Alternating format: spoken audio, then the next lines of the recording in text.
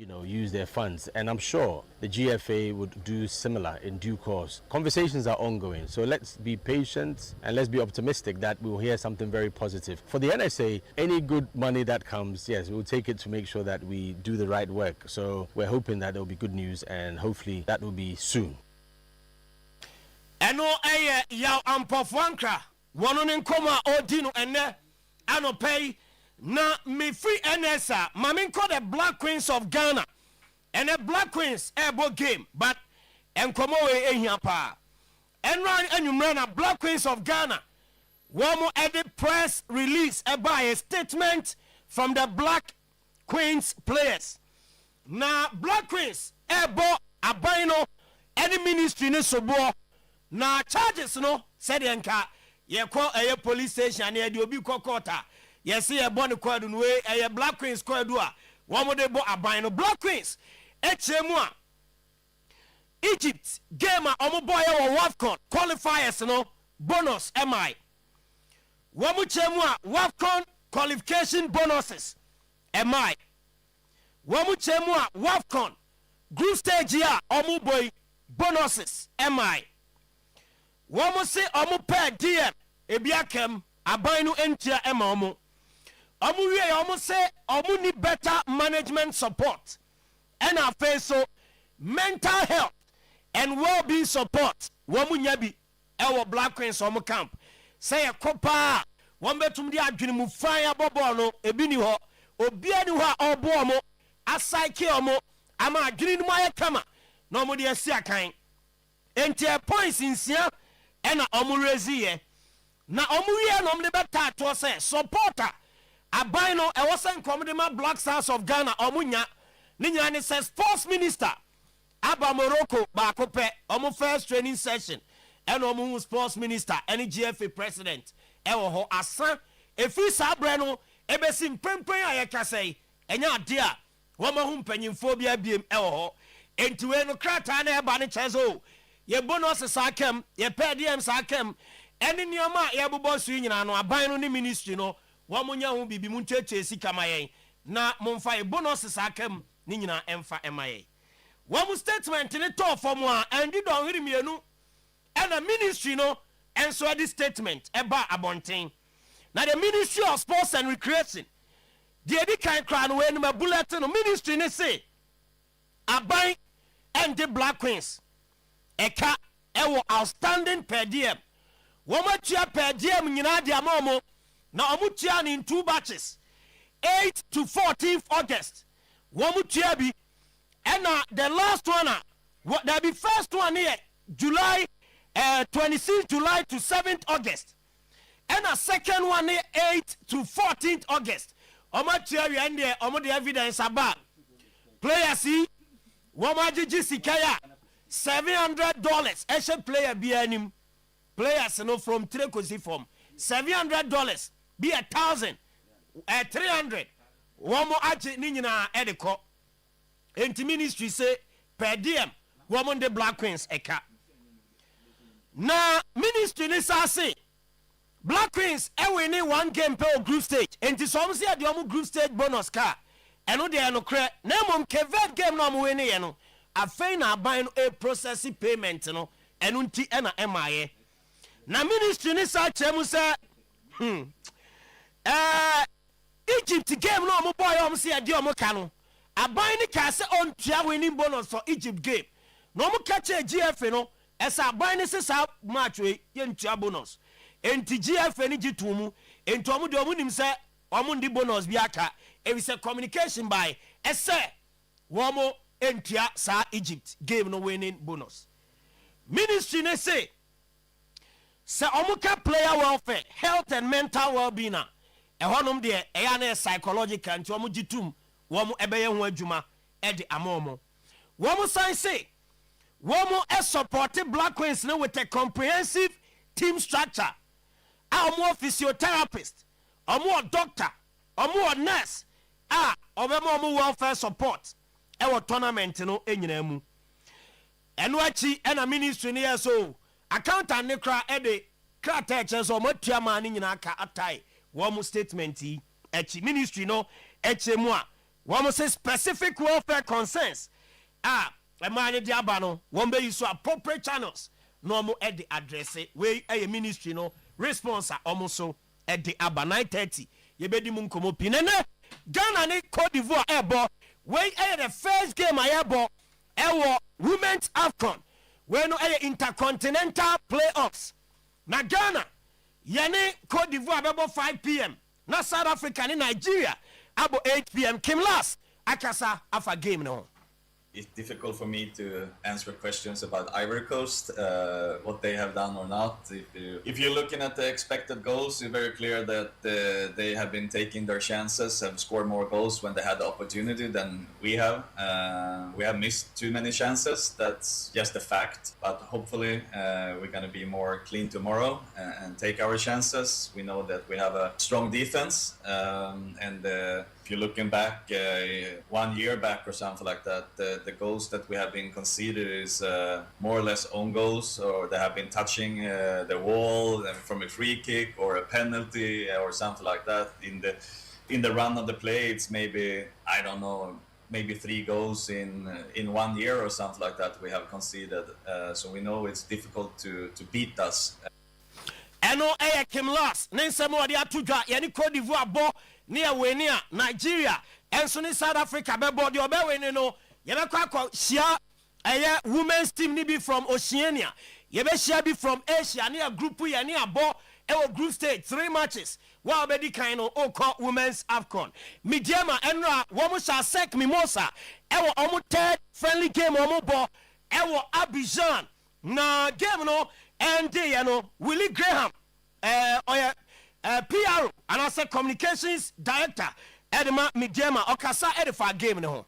Competition here, one certainly no one players now it becomes much of a problem. Indeed, the end say you make sure say yes you parody a team na Edikoye. It's no na let me say match na a more deep, but at the end of the day no yet to me any results no because now I said for no I imagine say I'm winning at least you mohoti start here and I so you need to say at least I'm now almost starting so much. Tanko Ibrahim head coach one also Kasai edify game no. Fine. Akwaba ho ye de. He's a World Cup winner. Yeah, and this year. Yeah, the session so now yeah sorry 12 o'clock. And then the 13th of August. Yes. And Semus is in Ra. Cameroon for no near Malawi for no. As usual, who say they are now. I'm a prove say yes. I think they are the best 2 or the 2 best teams so far in the tournament. So far. But Morocco coffee rather painfully. And na afe in so. Algeria, the attention baby on and as the Black Queens of Ghana. Omo eso muzika sem. Omo outstanding bonuses and allowances. Yeah. Minister also. And go for omo Tombwase. Yes. The Ministry of Sports and Recreation has rejected claims. Yes. And as a minister, this kind of smile and good run. Because you cannot claim to have paid and the other party insisting you have not paid. I know you're almost so one. But some if me ejuma. Now some kojiska okojo. Na some ko sign there. The signature okojo book so there. Meaning that magiska no. Because in Jiska, there is no way me sign kojo. Okay, that's also a good one. Yes. Close sources say Asante Kotoko parted ways with Prince Bedu. Na Prince Bedu no, I know no na. From Nations to Kotoko. Last season, mid of the season. Now Mufano. Okay. That brought in January. Yes. Gotten rid of in August. Yes. Director General of National Sports Authority and Pofankra as a part of Ghana's and money at the 2026 FIFA World Cup will be allocated to the authority to support rehabilitation of the stadium and upgrading of the stadiums and facilities. Also, was it there discussions on the allocation of funds are ongoing? Yes, while pointing to other countries. How might it be okay? Park Academy Center back Manuel Osejan set to undergo medical with heart of oak, and on and on and on. And they can Yes. And ye be de hun komo ene. Elsewhere, Paris Saint-Germain, they repeated what they did last year. Na ye kan kwara scale asem na omde totofi we be compare on. Chelsea have set a deadline of 5 p.m. this Friday for Manchester City to complete a deal for Enzo Fernandez. Jose Mourinho and so at the message I command so was next week the real work begins. So overall, Mourinho was satisfied with the mentality and progress rather than focusing on the narrow 1-0 win. Yeah, Michael Carrick's reaction after United drawing 1-1 with Leeds in Dublin. Carrick said he is positive despite the results. Arteta said he is positive despite the results. In fact, Arsenal preseason, Anema and Koye sa, but Arteta say Ekoye. It is Arsenal. Anyone was say league and be on go the FIFA na 6. Oshe said Anema Ekoye mo idea Arsenal. Baba Ana Ose. Police intercept 86.5 kg of marijuana on Brazil giants. Timbers, as people Timber. Reporter say Ukuma Sao Paulo for no. Sao Paulo for no. Sao Paulo for no the statement about to this story. Inter Milan have agreed a 31.5 million deal to sign left back Jet Spence from Tottenham. Good one there for them. We ena ekeken ka ho translate solar. You go swear kaya man for say and the way to go is solar. Solar na solar panels, solar inverters, lithium batteries, complete solar power systems, residential solar solutions, and the ekeken ka ho nyina. Bomodi ane pe solar wo fi ene beboa. Na bibia akoso 5 kV starter. No Hoyo 5 kV W Ezuko 5 kW bronze 5 kW gold ni nyina wo ho no an say when your panel CB we are boss so I convert it into solar batteries no and inverters na fe ye adwuma only azo betua bill baby lawyer yeah kono no ana kema German twam nko so we dey be CC okay who be CC okay nani eni oba na se chema beto aso ona oba be cancer ma chira ba ha be cha school America yes oba be so school America unto fees yes keys ni na no be sa odi unya America school abeko be so school we SS we university o degree we need degree ko we SS unko ba bia obechiro kwa be fa so abetima akotena bruchiri na wa be fa obi kura akotima for ma me no papa ko the first flight for her lawyer we ya na ese odi nkomo no anya ho akwa kire nkwala na de kwan amba so ombeko nti oso ompene dia baba engoy enti anopay yekunko fokroso na ensemwa edi adenchete ensemwa anopay ebumfumpa okofokroso yere honsem atu ani enne anopay nsem na de Dawson de disefata sa ohwe na otie ena yede asum wo kitikiti mam polibi ena ewoma akansio yanom akabuno pa anopay ya tue boasne a confirm munumunu nyina ama ewo Oyerepa 100.7 FM live ewo Oyerepa TV no so we are good to go nemomnom high sense adama anopay amade masia konkonwa yere nkofon kroso nsem no ema wo debia meka me say o dem how say hoyefe say onya TV boy ebom ho also pack to be bomb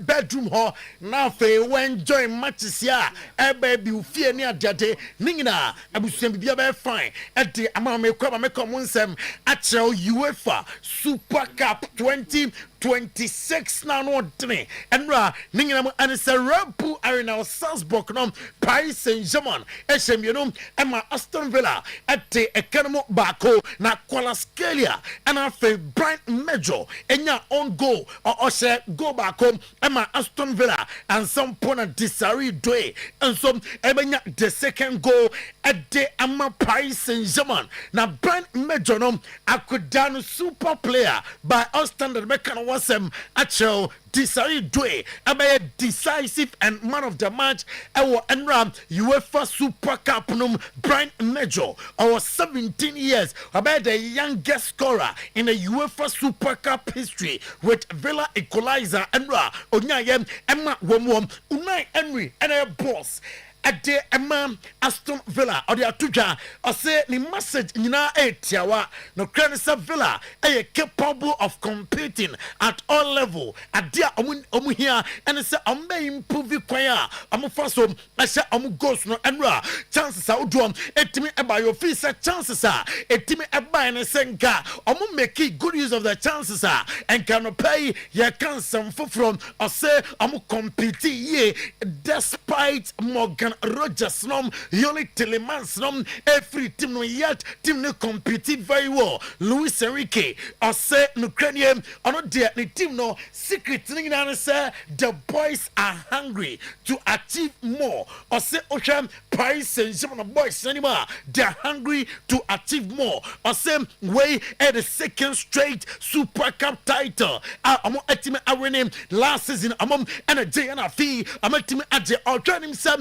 ebetime atwoso Lucas Digne and Ram or say final goodbye to Aston Villa players now only Victor Lindelof and now on him Lucas Digne Eltutomum awa eda are practive no so now we enjoy be Luis Enrique or say the Champions League ye change denom at the Ebra Champions League don't forget sir only Madrid and Antibako Antimia no atwaso na watwaso ade miensam at the atwaso under the auspices of Zinedine Zidane and no say yes it is possible now I say mentality of Paris Saint-Germain players and say we coach Emma Paris Saint-Germain and no Emma ahotoswam say a likely team no ebetimi ayem I say the team is not done with the preseason omo gusua and kakra omo eltwanim sem omo de bakum yonum ebabeka ho and some pona transfer window dom etimi aba na wieyam na Xavi Hernandez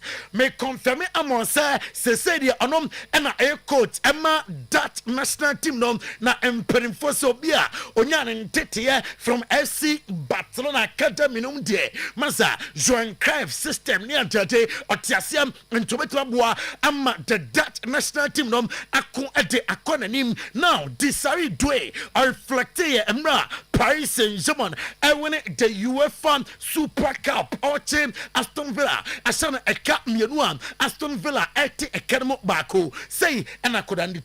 This is amazing, you know, winning this trophy is amazing. This is really difficult, you know, because before that you have to win the Champions League. We did it again and we won for the second time the Super Cup, so this is amazing for us. What keeps the hunger alive within this squad to keep on winning trophies? We are always hungry, you know, we want more. Like I said, after the final in the Champions League, we want more. We are really ambitious. We are a young team, and we want to win everything this season again. We've already Enti Desiree Doué sam opesa Paris Saint-Germain ewini bibia sisia yebewramu na away from that manager Emma Paris Saint-Germain Luis Enrique ekasa and say it is possible betimi at the Champions League miensa atwaso already amajimi no atwaso. Well, yesterday I talked about trying to win the third Champions League in a row. It means it shows maybe a little bit of too much confidence, but that's our mentality. We try to be ambitious. We try to feel that we can do it, and we are a team who won the last two Champions League in a row, and it means we can do the third one in a row. It's going to be very difficult. We don't want to be selfish, but it's our ambition and our goal. ɔsɛ amo mpɛsɛ bi a ɔmbɛ selfish ne mam no kredit sɛ amo pɛsɛ amo equal record Madrid I am in the Champions League history. Now Oko manager Emma Aston Villa Unai Emery amo busan on Kvaratskhelia and no say Kvaratskhelia nema oyene die Ballon d'Or I was say bonity and they can omwa omoje. Of course his impact was fantastic 2 years ago in Napoli, now in PSG. Today he scored a fantastic goal. He was one of the players. He wasn't in the World Cup and he is fit and he showed it. He scored one goal like he's usually scoring. We tried to avoid it, but his quality, his shoot is really fantastic. For it's not my decision, but I think he can win this trophy as well. I hope he can win the Ballon d'Or. Unai Emery, manager Emma Aston Villa, former manager at the Emma Paris Saint-Germain, and I open can open managers. Say, I'm winning trophies to do our Paris Saint-Germain manager. Yeah, Okasa ye, Okahumbi, that is Ene Ukomwa. Unai Emery na Jody kan sesia Luis Enrique wa winning 13 trophies and afem Laurent Blanc I winning 11 trophies. Unai Emery I winning 7 trophies and Thomas Tuchel I winning 6 trophies. Unim Luis Enrique demana denom down so and some just 3 years with a team wa winning 13 trophies for Paris Saint-Germain. Super from Luis Enrique now. Yamara England and Afe Yanim come our England and pay on your radio. Oyerepa 100.7 FM on your TV. Oyerepa TV and pay may come pre-season highlights no Manchester United and at least United about 1-1 and na nyasam kitoka unum se Joshua Zexi and again Manchester United liti and some and Brennan Eriksson and so equalize and at least United and Mike Carrickson and one say about 1-1 there now on penalties United and when 5-4 on penalties. Are you happy about the attitude of Manchester United players? And on Marcus Rashford or the air to jam say Marcus Rashford a player and Manchester United and a player beer or what Manchester United and I Michael Carrick, John Barnes and Ebon and Donny Ariola Basso for signing Ronald Araujo. O Jameson player now was signing or your player a lot and Otibeman Liverpool Tino Ewamsam man for head Danny JJ Ronald Araujo with of late performance now the Emma FC Barcelona official and the auspices of Ronald Araujo and Donny Ariola. Nyabe koye ama Liverpool team no John Barnes ne denom osi Moderna na Jurgen Klopp efaso ate efane players ne sabi na openo ayem Ronald Araujo ayem mpempe and Donny Ariola ose oye manager ofisa e wasa omusan e de bakum ye no bim abeka and Donny Ariola home e ba no se be fa e de amano John Barnes ne seban ode atudwam ana no pay ye depi emma wo na Dietenie Oko Tottenham Spurs honest amasia ya abusia Lewis a family no one say amo pesa amo dom home ewura NBA mo now that is NBA amo pesa amo dom sika no ebiwura NBA mo and a reporter ekuta ene anopay Mikel Arteta at the atu just any focus and some next squad no ambe improve the playing body till we dey be ho a continuous improvement. Last year nyama koye e my team no ye about finals of the Champions League, yeah, the Premier League. I would say a better nom. Now, Fenima Koye at the Emano on the common, a boy 1-1 and Ochemsam, the attitude of the players, nom, not Nanisom, Enzo Fernandez, Makacho Dada, and Opano Ewo breakfast person. So, say, I need Jenna J. Boy, a woman word, Jenna Dada. Number Chelsea, say, we a team. Na ope Enzo Fernandez or Chinam Friday Ghana time 4 p.m. 120 million pounds now ma amun janom amanunko siakai and famo be a city no amania beresa amu peboyi entijise amutia 120 million pounds and sample and amunsam etime akan Manchester City new signing Elliot Anderson or say I determined sa obetime abua na fe nyama koye ama Manchester City sika amade bato no efi Nottingham Forest no ehunu na da o say obi a World Cup niema kakra oyeye now attention na switch to season Manchester City eberum and he will do better Kawoka demetim echem se oko Everton aso ya omo twanim se Kawoka bebam abesia kan ama team no wonim sam 36 years and Kawoka etimi at the last season in the English Premier League about 35 matches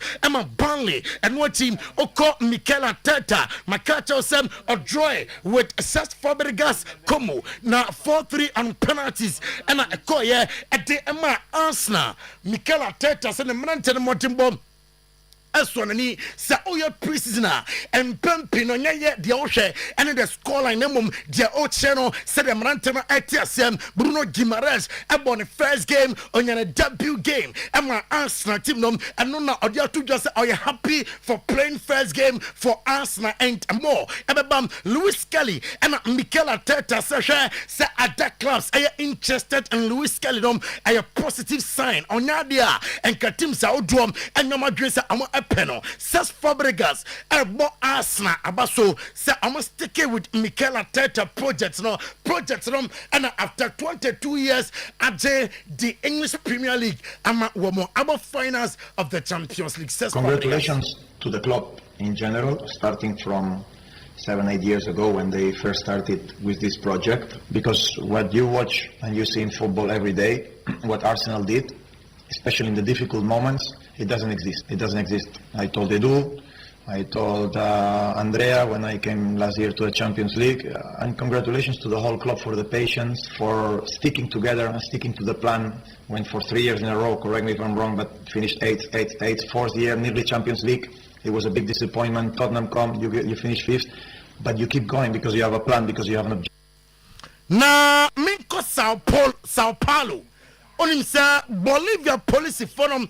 I intercepted 86.5 kilogram of marijuana. That is we. Na amuchem se bus no ebano. Bus no ya pentino a colors no Sao Paulo giant forum and the dash screen so it's osha rina gu kanum no and amayi no na kan de the colors na Sao Paulo team no and ama pentinti and that's no na a police phone chi omwe no and ombusa say na mo de mo ya club side adan na mo de mo basa kolo do we say na we mo de come players na enom si da bi police for ye hwemonom e ho na Sao Paulo e te eba bonten say da bi ye nye baso ye place kra no mo nka ho bas no ene amahene no penti say e Sao Paulo form ye dia enye dia eno na wo mo transport company no Cosmos form enso e deny say da bi adenasi no any connection bia with Brazilian club Sao Paulo enti otisansem na farsem e matrama kwe polom palamsem minko Spain na fe ye nkomo e Spain anopai Lionel Messi makone Instagram no so na what trade there to one pay. I say I want to sincerely thank everyone for all the love, respect, enormous consideration you have shown me and my family during the incredibly painful time following the loss of my dad. Ningina mo say odo biase emra ne papa enka tiase fo hu biem na osie ne papa mam de messages buy mam be boa no odo biase and your line on message dia no and tanta me ko bansa training ground so Lamin Yama Dani Omo Pedri omina aye back out training grounds and ra omu training ma FC Barcelona Hans Flick Xavi Espat obehianom no na ya jumam e bobo korum mamemfa Bernardo Silva video way ema Bernardo enra na nyasem ketu akra Bernardo Silva ntibon fama me na ohwe no na nyasem ketu ade na oye no e wo okay ntino yenko na bibia anya kama right first flight consult e wa hard and then dia ya de shisha so adi nkomo meza nyame chewa ba oba na jese mrantie no ba bia obi a momfrefre na mompem radio no wa we SS wa wo degree wa peso ko masters wo peso ko America wo peso ko bia so kwan ya fa so ko the common mistakes ya ye pe school ayem faye no ni nyina obechire mu Obanyi na ho ye de. Ye share na ache. No crepa. Aman nem college through school ya yemfa mo chese nsem. Na de man say my invite questions kakra. Me pese me dia no go 10 minutes pe. Na o de cheche nsem no na ko. Aha, lawyer say bibia okay. Right. Oh, nya Madrid. Me basa story no any man free, but me come Madrid na you me free. Oh, baba ya catch am say I had them na ye. Na some time na 30 seconds bi na account. On the Bernardo ade ba kwa. Push me against Madrid supporters. Madrid supporters ni say me come Bernardo na. Sister he say I have a child. When we SHS, what can I do now to enable the child study abroad? And I'm saying thousands of Ghana for quite an area. So say, oh no, Nani Swadi unso send a ba a co na Okusuan de Oman. But your TNE na a biana number na ko hard. First 5 consults, Papa and Nini Dinkomoyi. Made them iniminache ye. Pa in the school kakrakani and the adene courses kakaka ya dachi. Yede be kwa ko pedwuma obabi aye no nyina ono another room na first 5 consult omo bantama Kumasi main office no na wo high street omni consolidated bank no na ehwe ni mu tro number 2 go head a wo de bebam visa trobi so kwa unya brochi school abeko 0543 869359 0543 869359 050 2738046 0 since that number in your juma yes 05027388046 the numbers we and now we are the kind was better than a bar where we SHS Manso SHS St. Louis Jamna Kenten Prempe College baba odiani o say o say o na amempe okay Sankore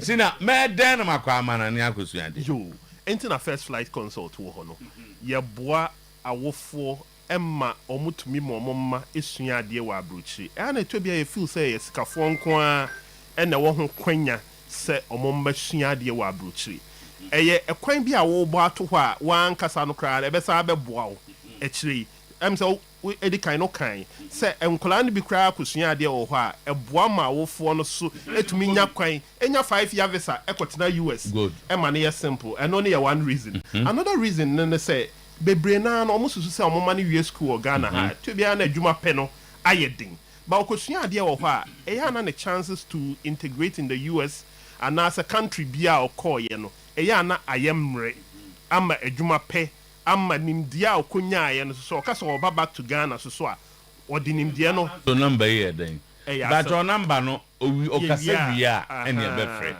o phrase see am aba ne nkobi wa be phrase see most people no eya person e bakosua de abrochi but no feel say sikasam no edoso but ye woman no say abrochi no obetimi anya scholarship amma wakosua ade a umboka bia ebi wo ha mo 50% scholarship ebi wo mo 70% scholarship ebi wo ha mo 100% scholarship de hia ne sa obe apply enti de ne ba ewie SSA akola ne tifie onya hwe wo de fa ne bra office wo de ne ba ye wo exams fie bia ye mo ye ye friend scholastic aptitude test SAT US aban company na sa exams ne wiase afa na nyina yen ye boankola no ye kire nkola no emo mutumi tro SAT no emo mutwa ye consultant of free Canada or te Canada and waba Ghana ne dia ne se o kire maths eye SAT maths ye wo bi so no so kire SAT English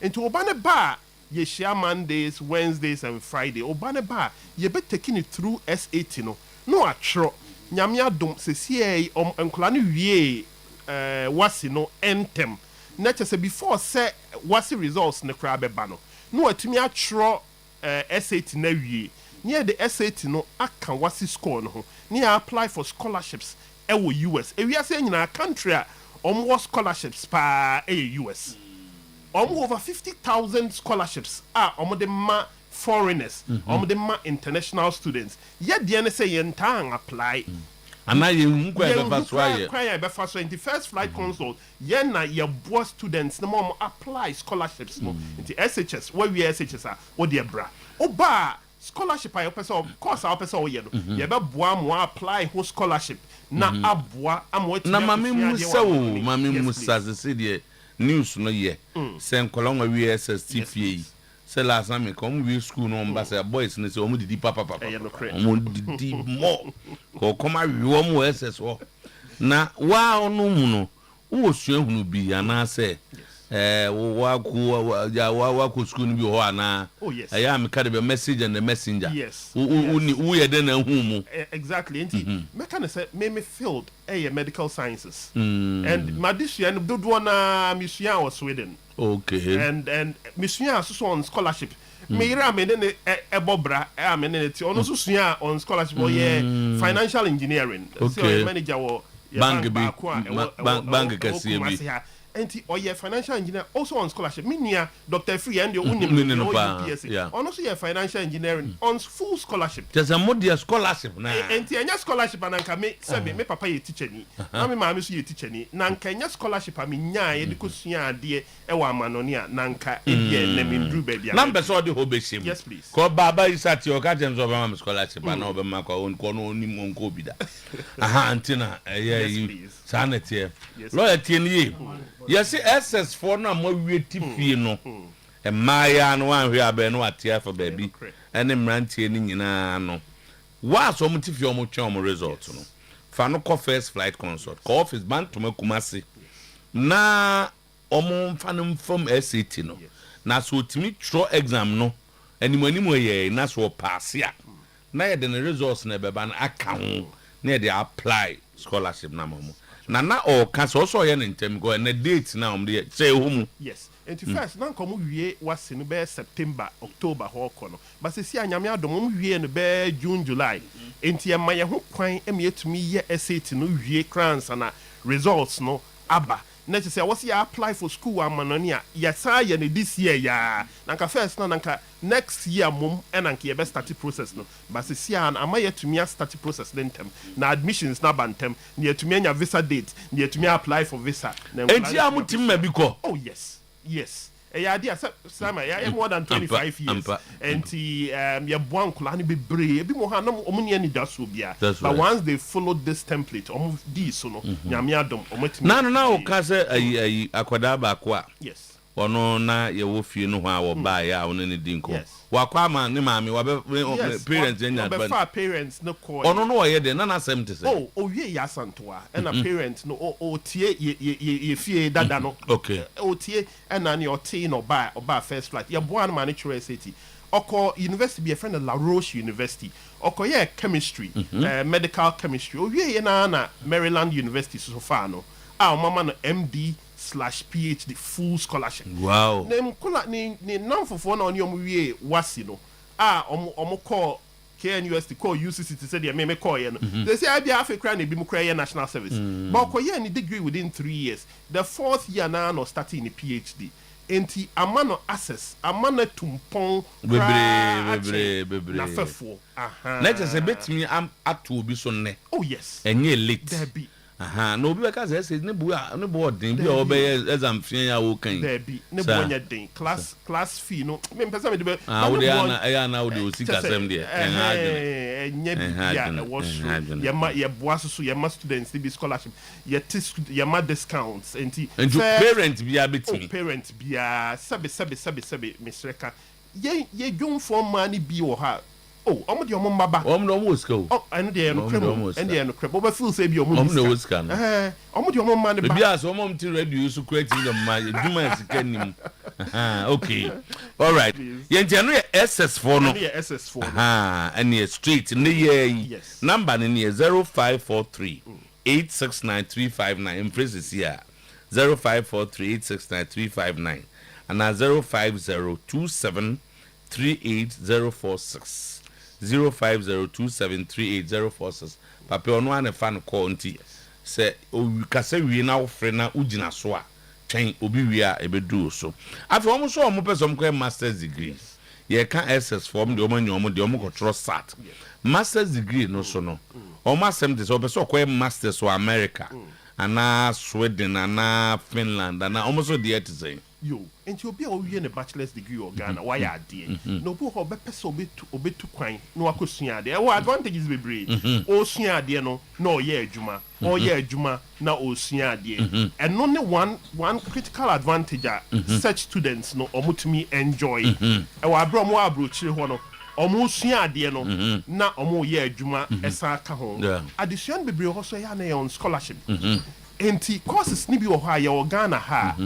unya enye your courses bi wa brocha wo Ghana ha untumi nye at the end of the day untumi nye those programs no enti ukwa brocha then you get access to those research programs obi here research bi wo Ghana waya ne samples kran on bekwa analyze no kran years but wa brocha funding ne wo ho enti aboa ma utumi ye research no entem ewie enti no one advantage obi a wo wie ne bachelor's degree no almost be tron so any be almost for most of them US almost prefer GRE GMAT and also first flight consult eboa Emma omoto obi to me ka say oh ya mama scholarship but you say me nkofa GRE mbra and at 3 years matna hwa meant be am farm because me ka say be me time be ye no online your online class are your dedicated lectures am be take you through the GRE and the GMAT a bus scholarship application the omo hwehwe nyina no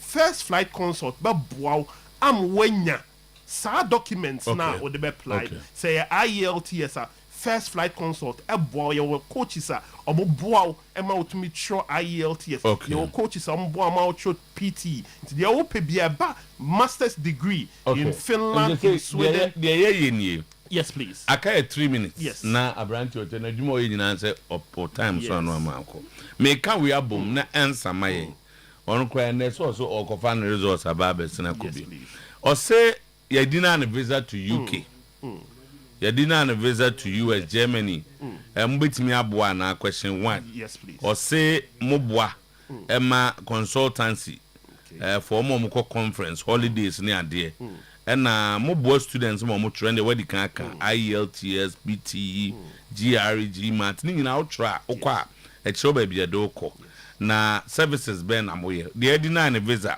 any holiday makers any other services can you abom in 1.5 minutes na fe and the first flight consult say they work and nyema na abobo su na ye obo ha ye refusing a visa to UK and I refusing a visa to US ye reapplication ye visa appeals ni nyina ye and one say all the documents me say oh may apply to this country unfortunately you refuse me visa patch or boami and I say me ko apply me cry the Africa na me dey me ko apply to make apply for visa patch or boami na me hwehwe me documents na hwehwe se bibia ye okay a me ko holiday me wo fa bi na why dey when invite me and am ya nkasa kra na mpese I had someone obaya or say me ntu kwan da enti per country mamia metimi akọ holidays just about 1 week adema okay no ngoi for the first time me suggest one country Emano okay na visa process near very simple it's a 24 hours near saka visa no wow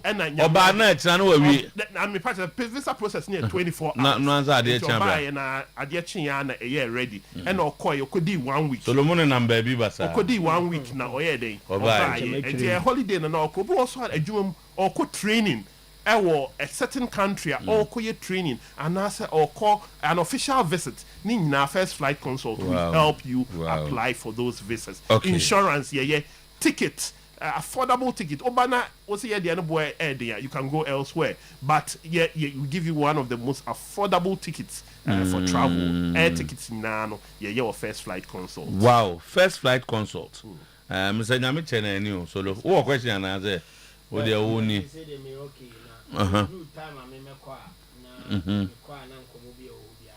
Okay. And you our areas be brave so ho. Yes. Me say one match certificate kakra pa. Okay. Mum de obebo na me baba so nyame suro ni o. Ya on fana sorry ni ntudwa. Very much. But do baby abu se me area mo so na mo no okra ne bag no okanya me sem no okofie me hunu me mfre no.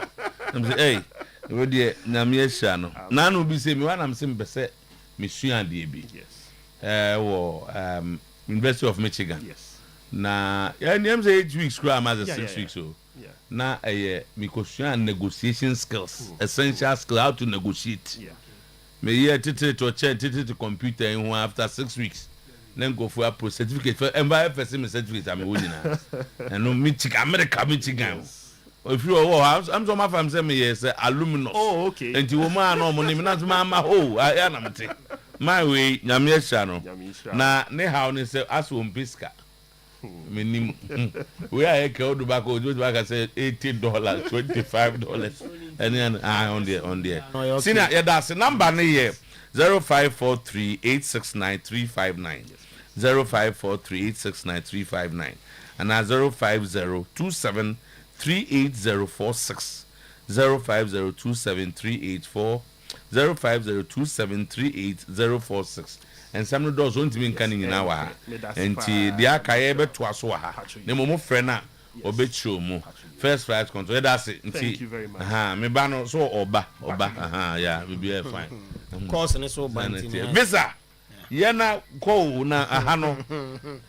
Visa on nkomo bi wa cho. Ye nuano mo a, ye nuano mo a, ye no mo ye adwuma ye omo ko ye. Omo ko ye wo ho no mo ba utum say.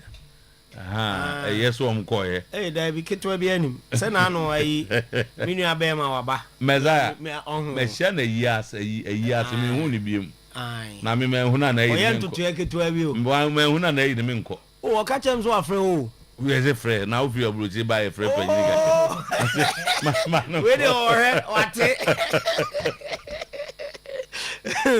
President Chaco, President Teba toothpaste, a person, Papa.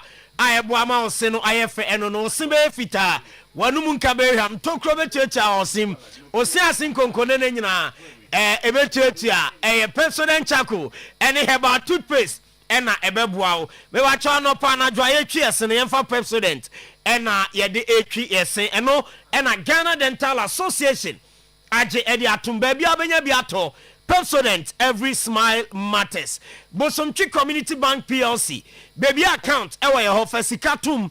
Udi sikatumwa. Sika upe bia. Edi akoye jume bia oye biano. Bosomchi ye ma be loans ahodo. And in terms of payment, flexible. Interest rate no. Eda from bosomchi. Ena ye ma sa loan no. Ebi odofu bi. Ewa manani osendi uska. Foreign money transfer. Obetumi aba abeje. Ewo ye honomo. Electronic banking. App no eye ejuma star 992 Ghana peso ubenya ene edi nkomo sikasem ebetum pon a Bosomtwe Community Bank PLC head office kwentena se atonso agogo jaache ko futrede ahinema kokobe adwuna se ebua kwa atonso bokra putoja magazine ene abinchi market efiakobi sa ene efre ho 0322098076 and 0508 6427 05. Amen Scientific Hospital and the best alternative medical hospital in Africa. Fast stroke ya de bra fa wo sembra fa ya de kwankro bra yen ene betu ase e de ama machines no be free ya de bia no di ase no ye betu ase e de ama yo kuma se atwema tachiman kwa na so fon ase kwan so na Amen Scientific Hospital ye wa ye di ye juma 18 other branches enche boga wa bibiani akra takra de tamale atebubu nkoko sunyani ho sa hwedebiso ene hohoi ene endi nkomo anaso obeba honom no abejaresa 0277 001234 0277 001234 kanjeni nsono eye ensu papa na onum kanjena eye alkaline water pH ewosropa eboa detoxify system no yade bia ntumi ntana ni padua no mo onum kanjene bo liver kidney ene wakoma ho ban minerals won som te say calcium magnesium potassium ene iron ebi ewo kanjen ensuo ni mu a opa bi enum a ebeboa papapa Tafu New Road Abaru Junction Bremen UGC also oba obenya bi ato Pakikio Stadium Sumankwan ni Junction ewo Ashtown ensuo ni pi ewo honomo afeye so distributors ewo Accra Cape Coast, Koforidia, any Asankregwa, Ubenya, and Sony Biato, L 0241449191 and a 0507 379474 Jekanjin, and Suono Ebi, Grofai Mojadrono, and Ona Ebe Bow, na aboa ama watumi adidi no watumi adaka ma moja besane ye ewo unti ni munum grow fine oba esiesi o menses ho ensem nyina e de ama menses na unya problem we chire no grow fine ena esiesi e de ama grow fine adro vitamins o meboa e ma nipadua ne nya ho de ba bi eto no bia no okwa abenya grow fine adro ni bi na wato digital bar clinic kuma se amakom run about grow fine adro ni p e wo hono for 0244596532 grow fine makes you grow fine. Bash digital satellite decoder ahodo eno ayen ne he UEFA Super Cup no e Bash decoder no so we nya bia ha na oni Bash decoder no ebi game centers, hotels, guest houses, restaurants, individuals monkwaje mo de La Liga no visa says start weekendi La Liga ni start weekendi Sunday so ena yebo community shield Man City and Arsenal PSV and then I started we assemble no PSV and Noven any Amsterdam Musu League Netherlands has started Portuguese League has started Bash and more matches ni nyina bi ye be installation ye be recharge your packages affordable Abreport Junction ship mu ho any wa ye di adwuma 0556 287757 ABA clinic and yade nyina last stop so for rasta any software branch as a glaucoma, cataract, long and short-sightedness, blurry eyes, or no need to say at the amount. Na okwa omo adro na de guaduanim dia ekwa ni internet so na yeso adwuma at the amount. ABA Herbal Clinic ko Kumasi kwada so dwuna se main market e Adoma Nkro Ebenezer Preschool be apia Kubico store e wa Benada Jom and afi so Kasoa Millennium Inside at the last stop ABA Herbal Clinic. Ewo honum friend 0541565199 and 0502812161.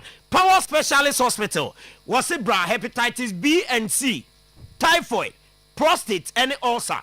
Yadie na suye e koko kra edi emano. Na screening no free screening no eguso ekoso bra na yenyo screening ne hwe yadie bia how ewo Kumasi takrade enkran ni Bogoso Town Park na debia oba fatty liver yade hepatitis yade prostate enlargement fibroid kidney stones ye too e dey free ho e dey ama SK no stomach upset be adwuma liver care liver conditions eye ho adwuma e na jirikajiri no eboa emema ewo empem Kumasi feyase bosomtwe kwan ne so adua ya junction enkran kwabenya ACP road power hospital bus stop takrade anaje estate be Hantaman rural bank free power Specialist Hospital.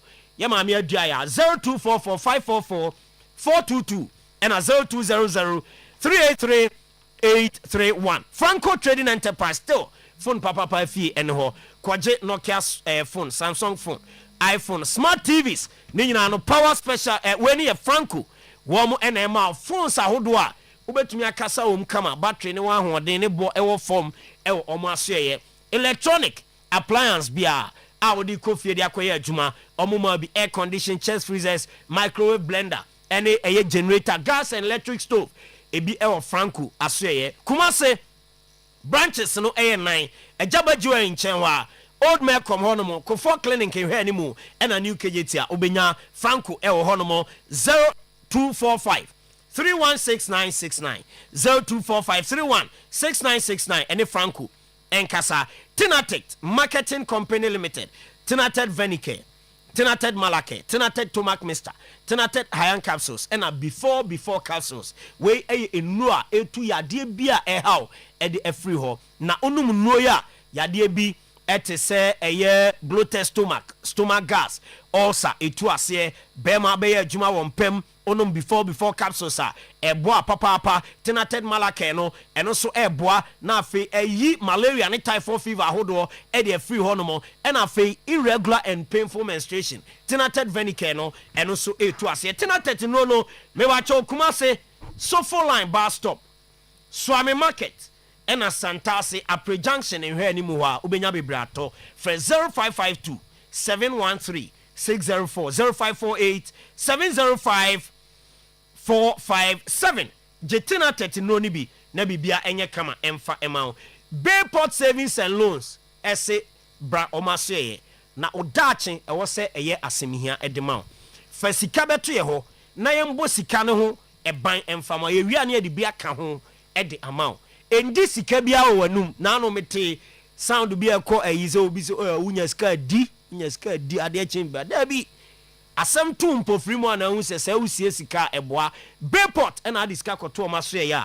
omo 91 day investment we are be omo 182 days omo 365 days ne bia no me ba cho ensi ho eba ho ye mpe na se bra oni eye investment na so na ho kire ba oba ebe use sika no di nsi ho abeka ho edi ama ba bi o so ye 3 months na 3 months ne nso ya untumi nko enkwaju sika kakra bi a on sa kan bia no fako Bayport savings and loans na omo fancy emfa bi enka ho ema ho na de tene se Bayport Obefre Michael 0242 288915 Daniel it was 0244 598400 Afe Docas it was 0558 119281 and Afe so Eugenia number no 0559 980891 any Bayport and Twetwen and Komo ewo ho Abe Herbal Clinic ye maame Abe no na Abe say ono de sickle cell ya de power the balance ya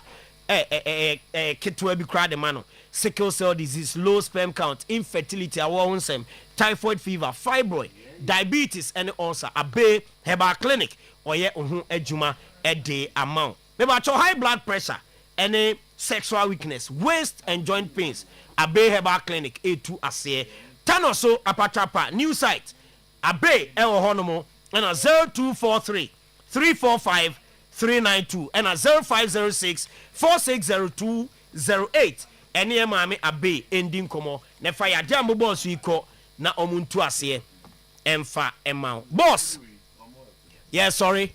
Helen Multimedia omone Catholic Archdiocese of Kumasi Media akabo no ma ye sini bia efepa sini no mo Stations of the Cross true miracles from the veneration of the cross yesin pempi ya na Catholic som no enkrofo eje edisi boni so we de enka ya abosonsom no mo som ni ade enunti ya yesini a ekyerechire Catholic som ni mu yie ede ama obi a obeba abewesa sini ni bi maame ba ko no se o ma ne ba enware ma server ewo Catholic asori ho ni nyina ne se omo perception bi zo omo mbompaye enkyire nyame Hail Mary ko kunkroni bompaye maye no maka no moko ena maami ye ya na ne bai ekoware baby foforo eso mekra anka ware charismatic ni a anka miracles bebre beba wa akwan mu ni ade na emu ankoba ne sa opeso hu se di sini kosi ya nyame ya adom a Saturday 22nd August 2026 ewo CCB auditorium ewo Tech KNUST ye premier sini ni ahwesini na chere Catholic sum ni mu ye e de akere omo adwen foforo bi e wo Catholic sum no to go azore me Methodist ni okay yeah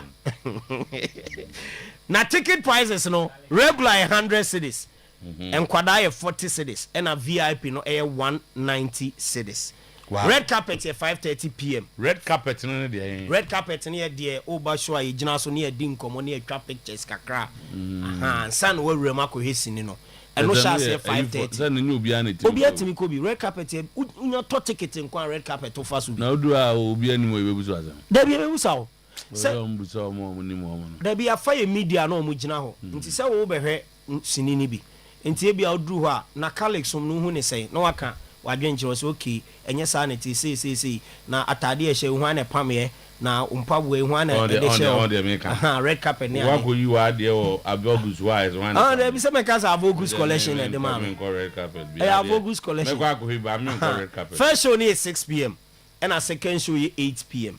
online tickets wo *713 *33 *582 hash oba obenya ticket ni bi atona wa be hwesi ni bi Stations of the Cross true miracles from the veneration of the cross ye chere Catholic sumnimu e de a chere Ghana for ene amanonefo obi a obeba be hwesi ni bi ti boss ye de asi show no e to so what's an answer what the problems ba problem here no was and there's a headlines men di hun ko ye ka red carpet no bia oza a red carpet is a long red floor covering placed on the ground for VIPs, celebrities, or leaders to walk on during formal arrivals. Okay. And yen could be a red carpet. We the omabi, mama so omabi. Okay. I want the end to be a red carpet. Unya to ticket carpet no fast. Okay. If you are back for warmness red carpet. Chema Kwaba, Etonga. And there was only Alex who didn't come. Okay. Okay.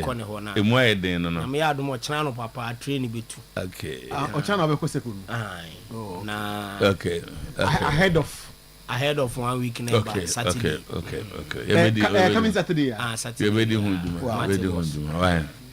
Yapon na yaba. Saturday no. We dey just head of. I say they are two just say 11 o'clock no more sorry. 12 no more sorry. Yeah. Pon 10 na yintimi. Dem say arrangement no. Na say ko na mo 2.5 hours so. Sir. Oh, 2 beba. Oh, solo. Oh, yeah, the sana I say yen kan kwan aye pe. Oh, but na ba na baby. Is there nkan 5 hours 8 hours no. 8 man ko ho. Me person obi be ye no I say that you know that. On ban it. Sa kwantu. 8 ya. So ma ba ho pe nti o munim kwan. Oh, na for outside. The same for so mbeba o ma o baby o so. Ah, okay. Ana open o twa nkwan gra. Dabi omra. Oh, dabi. There was a train mragro no. O train mra na no sanka. Okay. Mate babo. Double do. O train na mu mra no ba. O train. Nkaba ya ka twisu ba ko. Oh na nampadu nyum no. O se o train ene achechede. So o train na damfo ni achechede. O train. Wa nyu obi amfa na damfo achechede. Na oni na achechede ne ko ba bia ba na achechede be ka kire om se be ka kire o train se.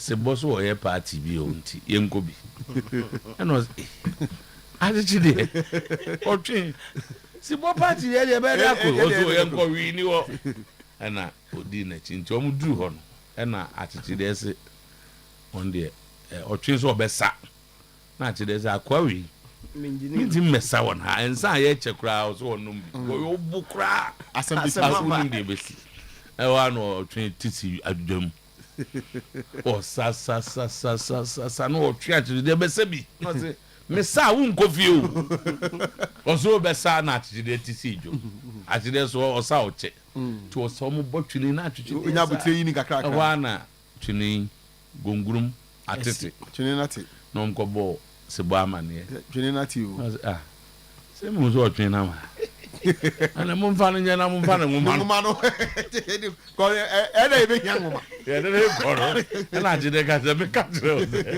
agwa we du go party on se am go ye de na ngoma ye it so trim na ngoma mra o be na o tia mana ngoma na mo iti pe ba ko ate ze o ko se ko akwai go baby right ya go ba ko na o home run yanko tama yanko mistrust Ministry of Sports and Recreation provide evidence of payment as they suspect the FA pushed the girls to write the letter. The timer, who has a member, the yaba can be now. Yenya evidence of ministry not now or the buy no, and my detective and no be so, and no she buy when some more no more, and also when the ladies get ACL, the hospital charges them the same amount as the men. Pay them. Dr. Evelyn Nisiasari add her voice to the ongoing controversy. In the time, onoso akasa onse onwe CEO edema hazakes lady nton de man no ho asem de ya ne hia ne pa. Osi se man no omu pra omko hospital se na charge omu no. Saa na mema nso charge wo mo nti muntu omu sika ma wo mo na anya se bia na akwakoye asemi mi kwa mo opposition foforo de ekosi na opposition foforo ye mo nyina mo kana senye ho na me ma se e ma no omo bobo na omu hia omu sika akobo to na me ye yi wa de nche oze mo sika ma ye yi wo mo na kro mo match e no mo match e dey bro omo bo masa and no more match. Yeah, I'm so much we are calling them half of Malawi for my grand Cameroon for Quasen or Maca. More so more born no munya, dear Kay, dear Cano. Ghana de mo ko boboli mo anya de ade chana mo ni aba mo dan ka o na so mbe fia o here na so bob du adu de anye ntino mo adu de zanye mo nso mo tiri wansa e wa anye ya anye eti o me ma ko bu se skate twa ma Malawi for wa ko he me kwa ko he o musika na mde akompe ta ma we for do ni bo too much o mo da be no bo and ma bo afro this is their first tournament kwa we on first look at them mo ko ye sema ye ye be fi am ba we so mo say no msa o match o mo no match and Ivory Coast e we o mo enu so mbo Morocco enu e kan de ebo yin adena ya bo mienu ko bo final no enu ye World Cup playoff yes that playoff na no oh aba two play entie bo ball mo nyire mo na officials of House of Folk, possibly the MD, storms Kumasi today, mission to finalize a deal for Mercy. Tama, Alex Banson, Ebony FC for number 10 no, House for say ene, omoba no be dini hon komo. Na omu wie bibia na just say eno ano no. Another termination. Prince Bedu is also gone. Tama Kotoko information I pick ni say Prince Bedu so Oma ka che ni say omu hia no. Mbacho Emmanuel Anchi on collisions calls with Kotoko.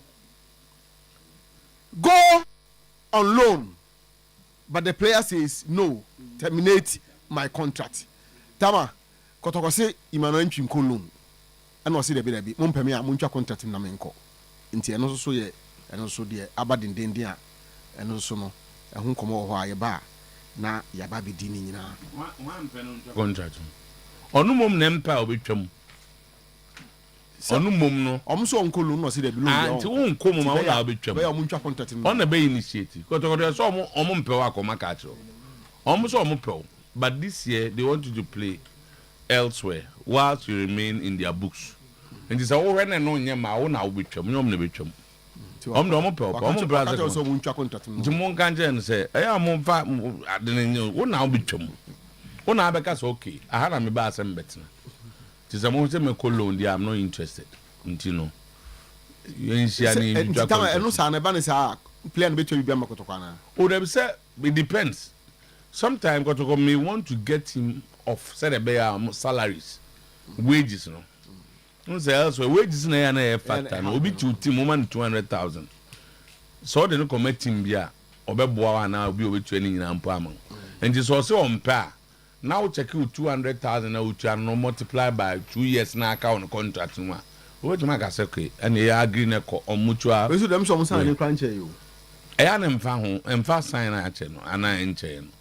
But I'm saying that so oko because Otuo na abituanka and also on count plans so for na Kotoko ntia se no ntwom e because on no be initiative so Kotoko no start ya Kotoko have to compensate him and the compensation is a problem no na say esikasem na ekan any manager o manager ade bia de hia kese pa wo mu esikasem but I have heard you talking about exit clauses inti say player no so decide say yentwama say no so he may have to compensate Kotoko so there be o say na me ka say Otuo Kotoko ni tua na kabosumi but dem fan say the salary 6,000 cedis o the 6 na 5,000 cedis o they multiply 1 year na is it not 60,000 okay until I can contract 2 years 120,000 otimu Kotoko betu access kan so no also the bus say okay say sana mo kan dia ada na international yen cancel contract so that we come baby okwa unko free wa save Kotoko 120,000 yeah so what okay salary so me I can 1 year contract into 1 year na I can mean if the salary 50,000 5,000 that is 60,000 is 600 million unyo obi oba be ton sa into okọ na when so mu hia no what save say scan wetin dey two obi for ka okay that is why we be so obi mo obi anya ni nyina o mama ncho what is happening with that now Gabriel Jesus is one of the Gabriel Jesus, best all paid players. the books, yeah. Around 250 or 260 BBC. Or say, or many 2 clubs, I'm also impaired. They are still searching for a club. In Tiamama, we reducing number. Say, wow, 15 as 18 million. Fabe at least now, the value is more than that. But my calculate scan on within the last year, na count. Yeah. Into a corner 10 million. Be a what's our keepy salary na card. 12 months. What about Enti or when or no bonu initiative. Koto don't be so loan bar. O loan or more tom. So no so person o koti bo pa. Loan be we ni 1 year na aka no. Na that is so much save wages no. Nti no person o call no betima call. Okay. What I say? And now obi ba say ene mo mfa no mame. Size alone na kotoko person o call no obi akasa. Ani ba cross e betua ne salary no. By ni ske bia biem. Ah e betua ma mo kotoko. So go on loan. On betua 1 year na the amount. Bosom be betua na anazo obi kwa be betua half. Kotoko for half so in each way you save money. You save something, okay. Tia na managers no, team no managers no. Sikenti no taking certain decisions. Yen tia say from where we are. So what I say, thank you very much. And Tama, you detect some anomalies. Our evidence na ministry no provide you know. Oh. You buy ka ho asem. Nti na make asem me nko ame de nko no. Say what some dey no you different no but me so kokko na wan twa hu en kesikasem. Amuntu omboase. Mugo e quarter final ni yi mu bo. But say okay say e bia obi assign signature na ye check signatures na e differ. Then there's a problem. Why not sign signature no? Why not so be assign signature? Some ministry not provide a long list of sika or mutual ama players any players no or muji sika signatures are assigned to it. And we have detected some anomalies. Some of the signatures are contrasting and there are other things in there. Okay, that's it. Zach, into a business casem. Also muzo manya de. Wako bobo. Malawi ni hwan fu. Na no ne ya de pa. Last time say bronze. The last time. As far back as 1994, na e World Cup. Okay. 1994. Yeah. E me am ko World Cup kwa ja mema no.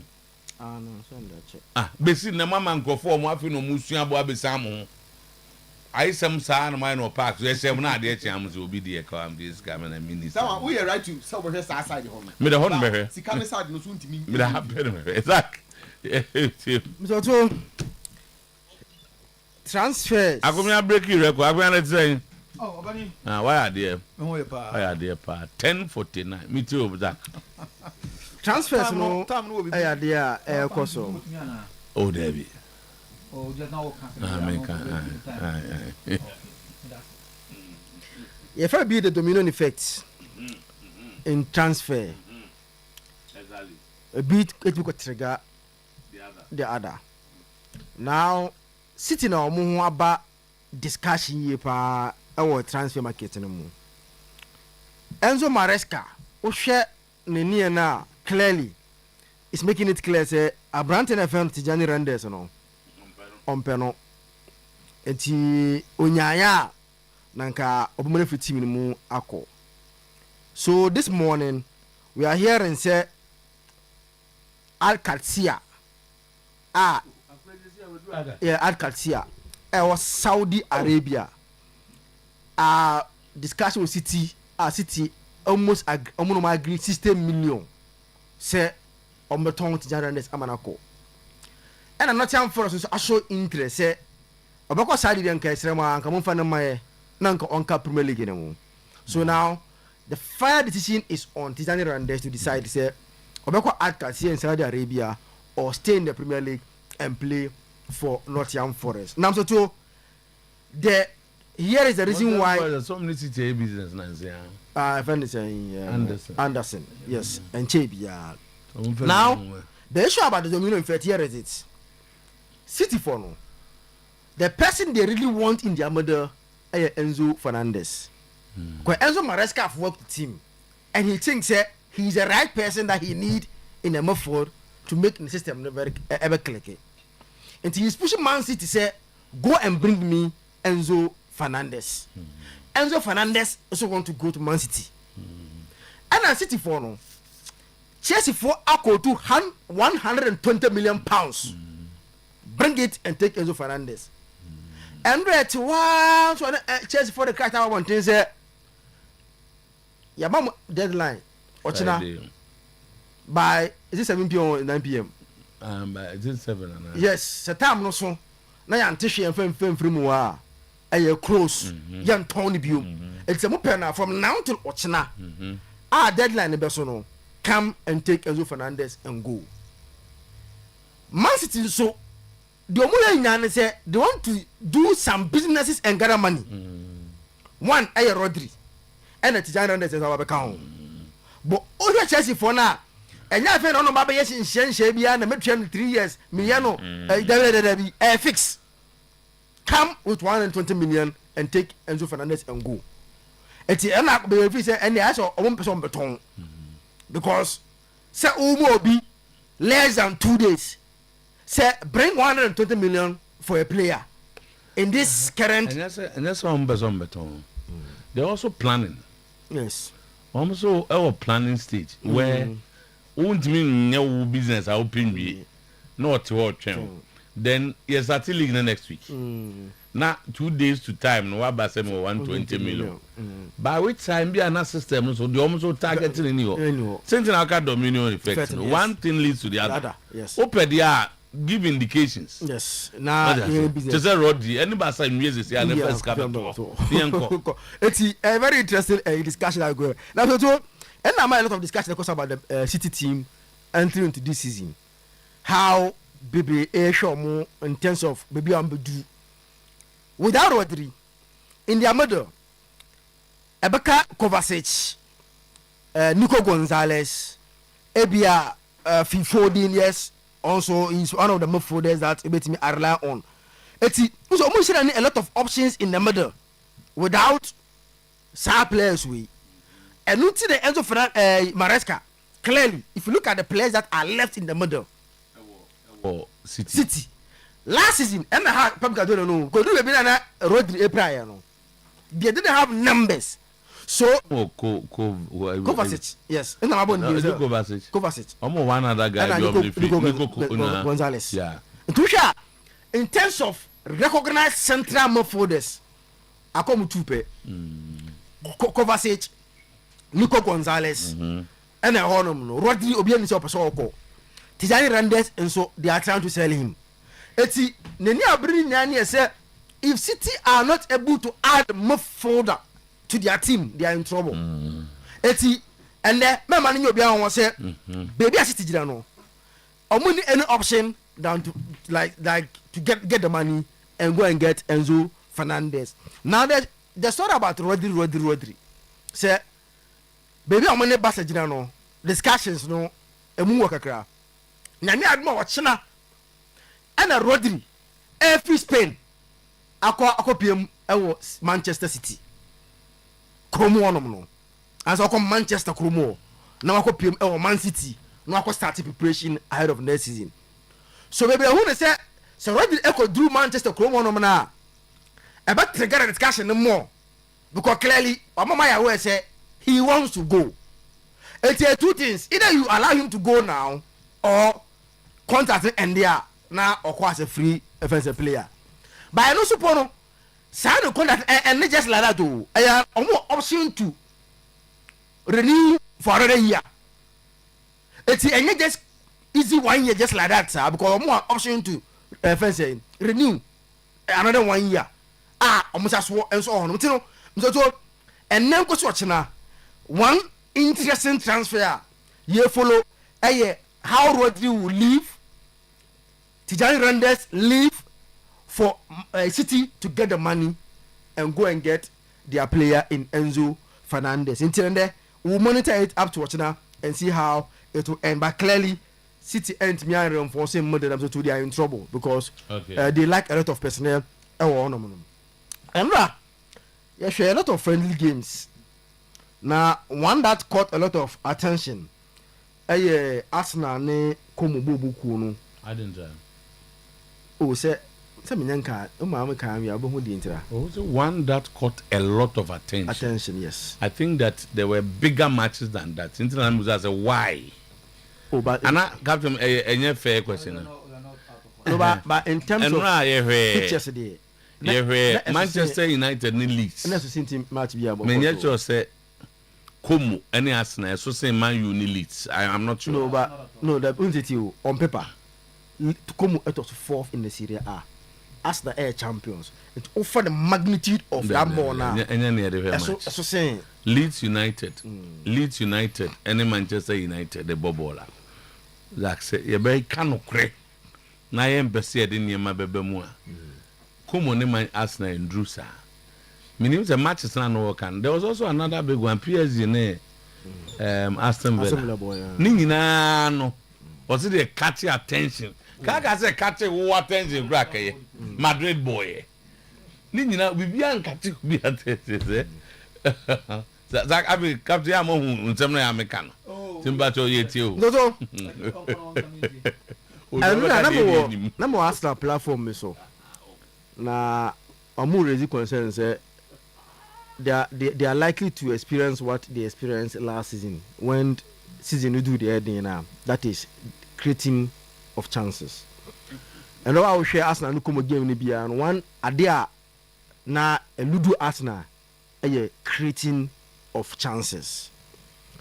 Bebrefi say Arsenal are not tackling their biggest problem that faced facing last season. That is creating of that number 10 anymore creating chances or no. But rather reinforcing at a place that no money problem until I can just 5 games and upon a coach na manage players ni and I'm assuming the ebre. Okay game now. Both those who started and the substitution of me now. One area that Arsenal was struggling was once again creating of chances. Now do we know because of Bruno Guimaraes money other guys no or more a lot of defensive no when Arsenal were even attacking you see a lot of numbers behind leaving on your screen. This thing happened repeatedly, Captain. I don't know evidence about yes. This thing was happening repeatedly. And that's like way to a time na Bruno Guimaraes me na game no. So repeatedly when they were attacking and at this stage Captain, look at on your screen. Now is it a proper way to attack and get a goal? You understand? It's another on the Arsenal platform no money abrepa. Say it looks as Arteta is not solving or problem now facing last season year no. But rather tackling a second problem and too much a big problem for them. And he's still adding a defensive minded players at the team, not adding attacking wise players that will improve the team to create a lot of chances. Arsenal City weekend to see if this problem was still persist. It's a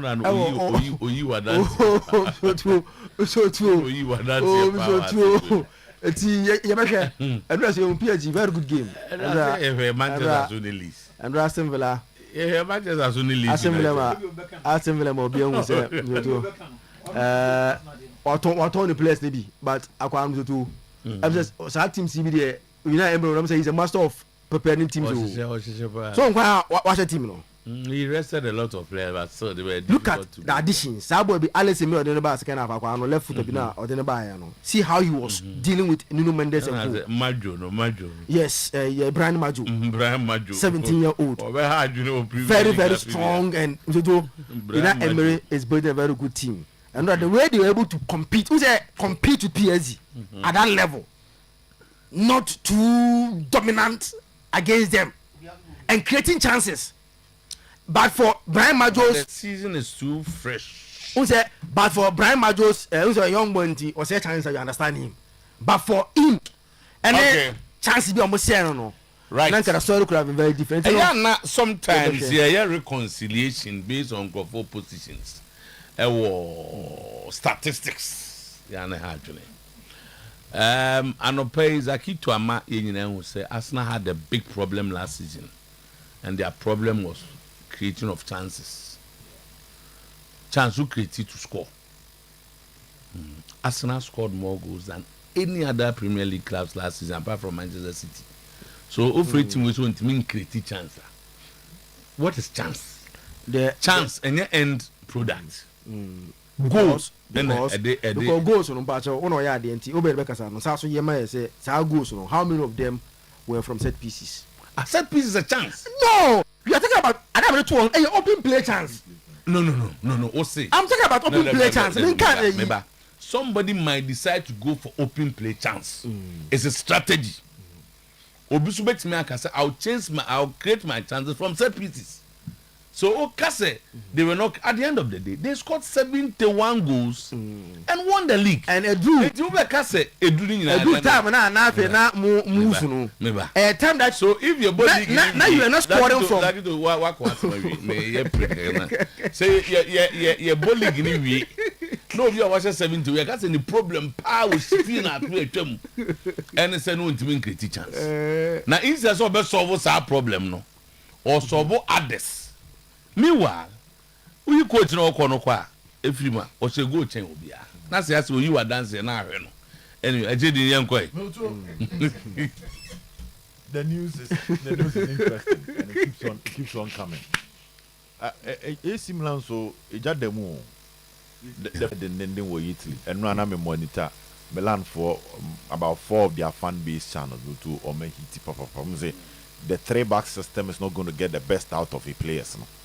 So you should rather be more flexible to accommodate and come up with a system that will bring the best out of players rather than a system ebema players no omo game no I am more rigid. Games no I a bit difficult for them to come up with with their full potential. Into no so the more if he would still remain stubborn to a system and answer along the line, you will see as I'm that go repeating home. Ruben Amorim that go repeating home. They are even saying that despite all the wonders of Italian football, within the last 20 years, Milan in team for a 3-back NJ anything major.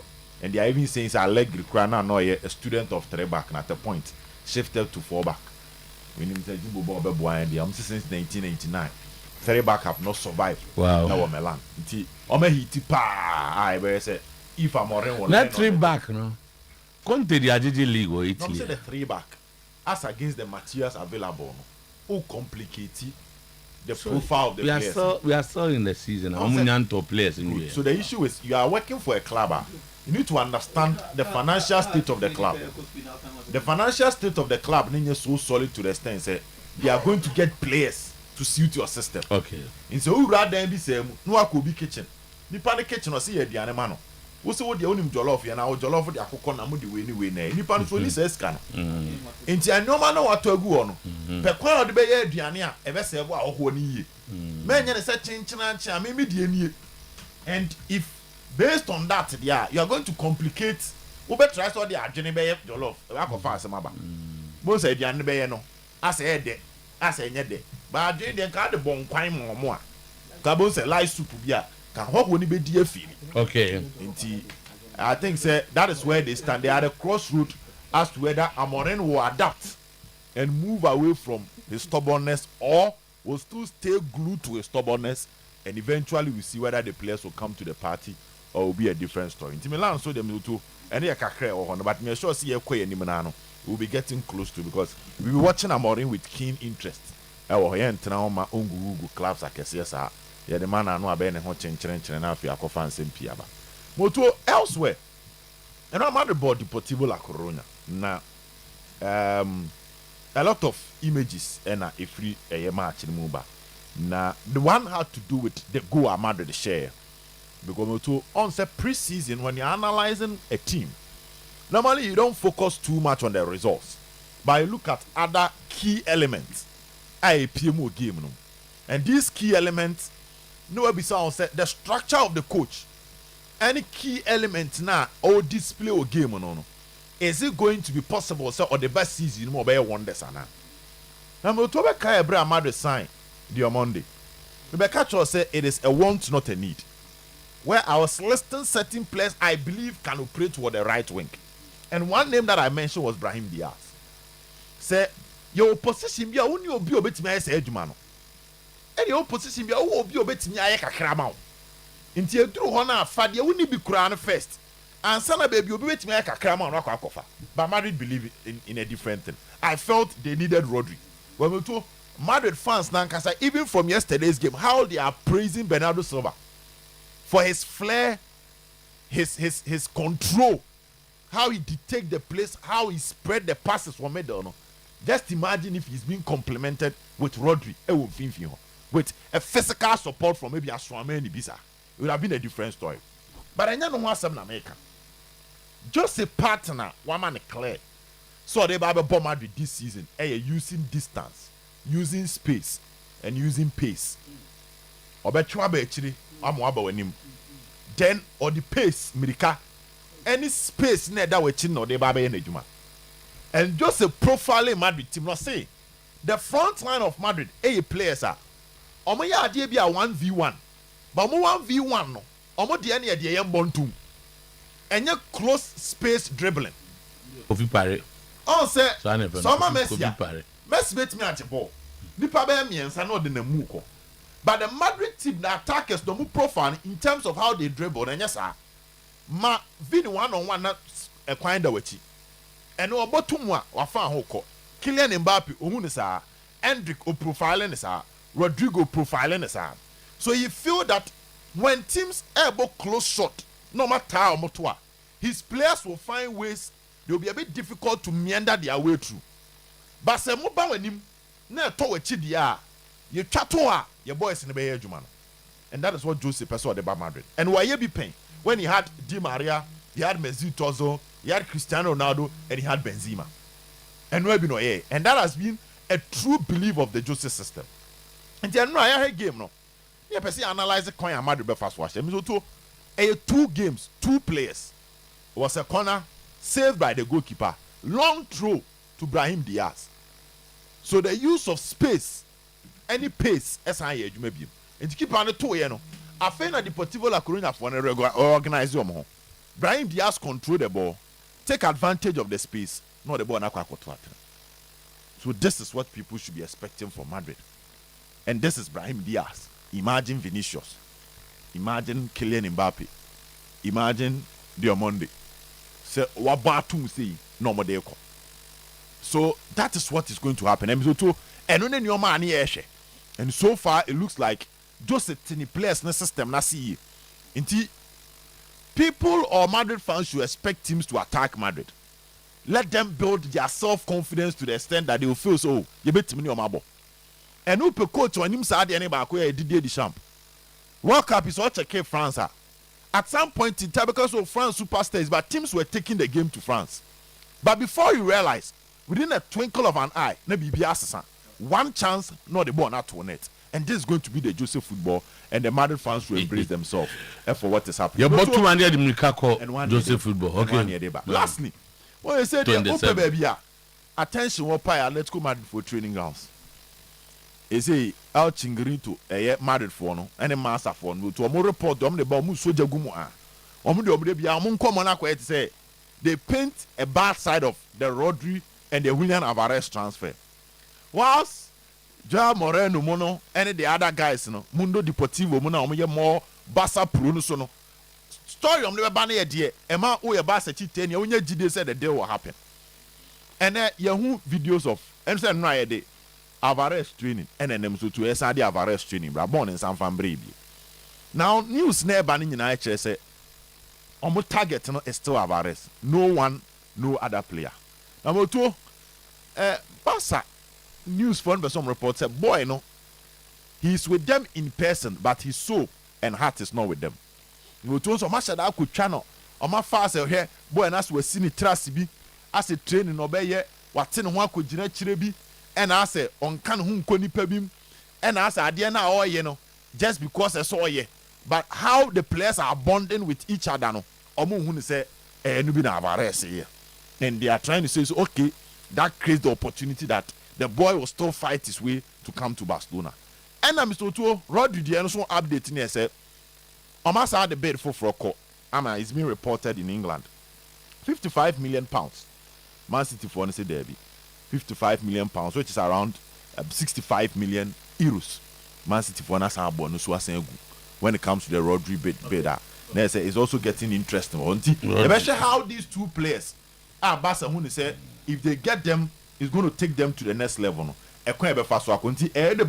Euros say 64.5 million euros, but 55 million pounds no to Manchester City for Nasa reject. And this is like an hour ago as our bid new bidder to Barca for the commerce and reject. It's very how things will go. Okay. Whether City will eventually get their 70 million and as whether they will get anything less than that.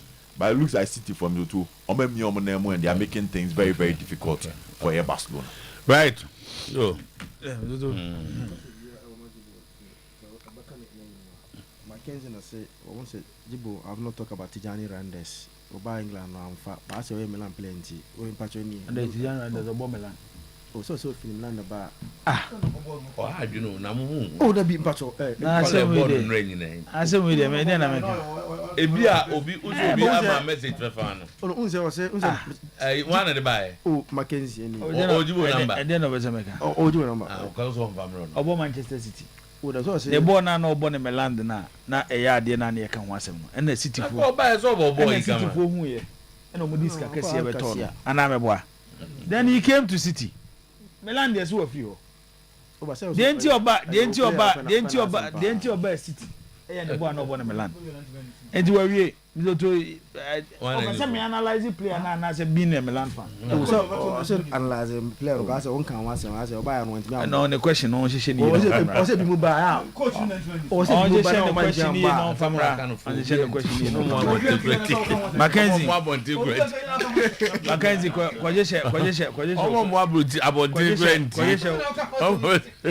question here na famra na me no famra because baby I want now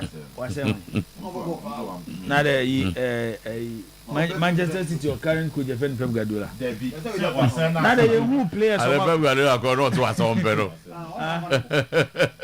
Who players have Guardiola? Best midfielder in the world in Italy and even in Europe. Now a banner Pep Guardiola I no troka here. As we be encounter. Yeah, Guardiola. And we do one card. That's for this message. And one of the blue working. That girl is crying. Who do you are? I said that girl. I said Jaguars was one there. Of an career, not the tour. The period that was successful was under Pep Guardiola.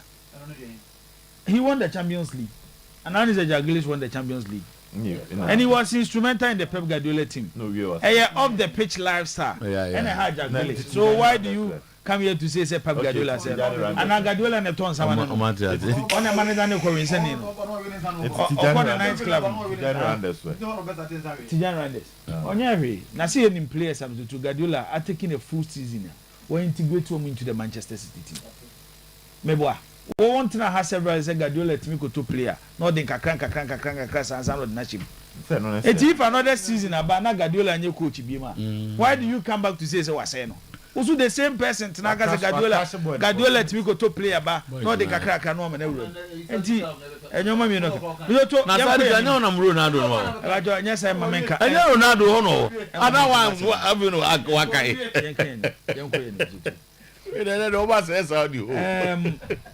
Enra minyada jehe Madrid ni Deportivo game ni pa dutu na mehwe Madrid ni Deportivo game no nyoma bebre da na di kakra nse pre-season dey dey America say even at Milan me see Amorim menya abotre dey amano no because per recent years coach pa o ma Milan and that so by pre-season na kay Paulo Fonseca that pre-season them say Milan share Madrid Milan share City na Milan ball draw against Barcelona and one other game Tinafi hoops was through to two after the season she share so say na pre-season en carry me came a Sinisa Mihailovic the late the season at AC Milan the first season am so to call pre-season was China na Milan na share Inter 1-0 na Milan na share Real Madrid 4-1 yesterday season ya na nyoma je nti on some more Indian and I'm a teacher break. Sometimes it be a you who expect science be a unica cracker.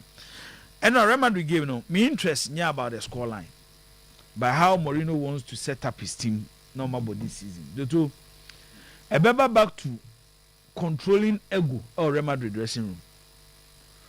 And I saw a game in the Ubetia refer to a 3-man method or a 2-man method. At the central area of his midfield, no. Na a Camavinga and a Bernardo Silva. Now, why Real Madrid recently? Ubia, why Real Madrid Biaji to me say, after the exit of Toni Kroos and Luka Modric, Real Madrid team no, I like game control, a proper central midfielder, whether say over from a deep line row, or at the central position of the pitch. Our Bema Real Madrid direction. Sadia na Toni Kroos and Luka Modric dema woman. The current Real Madrid team before the appointment of Jose Mourinho, ade ba ko molake. Inti omu game ni nyina is centered around kick and run. It omu share teams omu possess boa Real Madrid break akra because omu ni game controllers. And when me share game ni din na me realize ya dey be say Bernardo Silva ebeye key to Mourinho setup no. Na se Bernardo Silva beye key a leave just one position at the Real Madrid midfield area. I'm Zutu. The obe occupy no. Ehona Zutu. You be heard the obe occupy. Aye there Mourinho will go in a 4-2-3-1 system. A back four, 2 central midfielders, 3 attacking players, and 1 center forward. 1 center forward ne the enyewi in Kylian Mbappe. 3 ne be jana chino eye Vini, Yao Diomande, and Jude Bellingham. Then 2 e won finfin ho no. E ho ne baby am so 2 problem ne wo. And was so we game ni dia. This is what Bernardo Silva dem Real Madrid team no. Omunya midfielder will dictate the tempo of the game. Even when Real Madrid are under pressure, say Bernardo Silva na can bo say Kim. Na pressure ni nyina abafom. 2, Oye organizer when it comes to the attacking structure of the Real Madrid team. A kwaye be first to attack your opponent. That structure was built around Bernardo Silva and Ra. 3, Osa connected the defense and attack.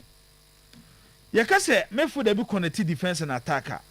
Zoto Ubetiama Chouameni ball. Ubetiama Camavinga ball. Se o press opponent ne press o ma. Chances of omu lose ball no. E was no chance of the ball ma Bernardo Silva. A 2-year team now super start to build up from the back. Now we transit it into attacker. Untimi you suit Chouameni and Camavinga. You will need a Bernardo Silva type of a player, and only the other Toni Kroos and Luka Modric de Momo. It's when it comes to attacking transition, see a move from your midfield to your attack. Ufa marama the midfield they see who is here. Obian who nim ye a Bernardo Silva. Then ye koyenim. How to break defensive line with intelligent passing. Only team neighbor. Okay, a team no, or mobile with medium pressing. The moment they go with medium pressing, no, every single player part of the team, I'll be going to the medium pressing setup. No, so to at that particular moment, we better classify and say, Oba be defended. Obu Oba going to low block. Mostly no more going to low block. No, I am no more defended. Mostly with their defenders. It's Ushia teams. Now this is their setup. 2 options here, mediama we are. So you need a midfielder that will be intelligent. Obama intelligent passes to break team defense. It's a question the baby san say. You find say Real Madrid they ball against set teams. Either a team are call a medium block or be call low block. For Real Madrid midfielders net winning na Chouameni, Camavinga, Valverde. Even sometimes crowd Jude Bellingham Bawa. Obi anywhere what those qualities to break defensive lines.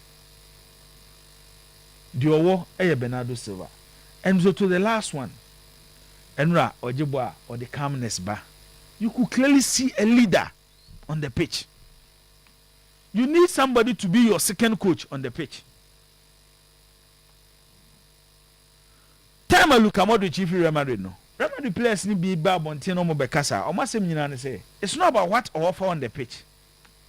but how he controls the team from the dressing room mobile park so eti clearly Bernardo Silva Otuo enyoma way and obey of Real Madrid team no based on this coach Efeni say Jose Mourinho one position in the two-man midfield already is occupied by Bernardo Silva. Yes, already occupied. It is one say Yabenya Mbappe the position question mark ni ho. Yabenya Yan Diomande trouble ni ho. Yabenya Vini only problem. Yenya Jude Bellingham only problem. These are the Galacticos of Real Madrid. It's home midfield ho no. Kamavinga or Teben Champions he will not create problem. Fedi Valverde is the captain of the team. Tchouaméni is one of the big boys in the Real Madrid dressing room. Inti ababe jino mumi enuso. Izoto ubeti ya start Real Madrid game. Nebi ya fancy game na yebo ni Fedi Valverde te bench. Yakobe 3 games at was not a bench. Obekana no atum. Tchouaméni atena bench for 3 matches. Obekana no atum. Because Bernardo Silva at the end there, something Jose Mourinho cannot mix. And no game ni bi am so onye player Mourinho team no betimi na bench. Or the next bench Real Madrid very to last season the Real Madrid team. And supporters ni bi go games na. O ma hye kra na mo bu ofu. Nti back to how Jose Mourinho will make these players comfortable. Even at the central defense, Konate, Militao, Rudiger. The noise in there, he's a young player, age on the side. But how to satisfy even these players becomes an issue. But sometimes, supporter of a club, owner of a club, CEO, a president of a club, you expect coaches are more experienced, say Jose Mourinho, to control the dressing room. Say egos and crash here. You go on say Mourinho yenimno, and he say in Mourinho's team, the first superstar is Jose Mourinho. Mourinho the team be the first superstar is Jose Mourinho. Reason why I friend him as the special one. Obiani who Mourinho team was switching Mourinho. Either uko to the instructions of Jose Mourinho or when you're part of Jose Mourinho. It we had a recent documentary. He was talking about Ike Casillas. And the Casillas didn't fail training do some so traffic at Madrid or my late. Almost a short time was there be a managing possible because those players are players of more achieve with that. It was no on fan say Bayan it's a player for Frobia over. And when the cost started on Ike Casillas and Tokano. And you better how a Besiako. Okay. We to a PSG we need 2-1 against Aston Villa. World Cup season hard, you know. The World Cup season hard, you know, the 2025-2026, I'm to 2026-2027 season. Many sure say player be influential. Chain, Abranti and the Eddie Kwaraskelia. We a proper Ballon d'Or winner, and your goose are wash it. For any Kohebi, I'm to Bekabi. But we are in a World Cup season and a history actually say most times see a World Cup to a World Cup season Ballon d'Or no any FIFA World Footballer of the Year no ayana tackle players na to omokoya ade World Cup no but sir I'm not sure say currently when it comes to club performance from the one last year ebe senior season ebe started the opening of major European season any European competition Super Cup na ye born enra no ye who player bia we put up the performance biso to Kwaraskelia de amaye no Villa there so watch check the last 2 seasons of PSG team a wagati closer to matching PSG Aston Villa last 2 seasons biso to okamu knockout stage meeting it took Gigi Donnarumma and the save PSG from elimination and you know Emery Minim there, he becomes the best coach when only clubber. The standard is A grade A clubs. See, if a grade B clubs now, coaches or coaching grade B clubs in many shows will be better than Una Emery when it comes to issue a grade B club to compete with grade A club. Sevilla, Villarreal. even Arsenal, when people talk about the time at Arsenal, before Arteta Ebebo last season, UEFA Champions League final, no, the last Arsenal coach to play in the European Cup final, no, you know Emery, the Europa League now Chelsea share Arsenal. No. It's when you look at his records, any team, I won't say you want to compete with the big boys. Who need the level of the big boy, but you want to compete with them. Your perfect coach is Unai Emery. Right. Yeah, I'm building it for top sides. Say Real Madrid B, Barcelona B, ni sa nyoma no. Rodri na there am to Barcelona be sign no. Because ne Barcelona ni competition. PSG hands are tight. Man City hands are tight. BBA ni we Barcelona. To omo sika City demanding. Between the two, e be do point be City tin ni sika so. Because when him say after this season, Rodri becomes a free agent. Inti there Rodri ni there obeko Barcelona. Julian Alvarez in the heading. The man here said this is a major European transfer. The those transfers in Japan. Where a proper major European transfer. Club offense Atletico Madrid. It's not a selling club. There be no major transfer. I say major transfers who clubs be home a selling club. Enti hono mizoto obone boa. Udiska ko ya obeton. Your clubs be home a selling club. Atletico Madrid is not a selling club. It's to get a player from Atletico Madrid mizoto enye that easy. And we are talking about a player or the best player at Atletico Madrid. Or a proven winner. Because he already or a World Cup winner. Zoto.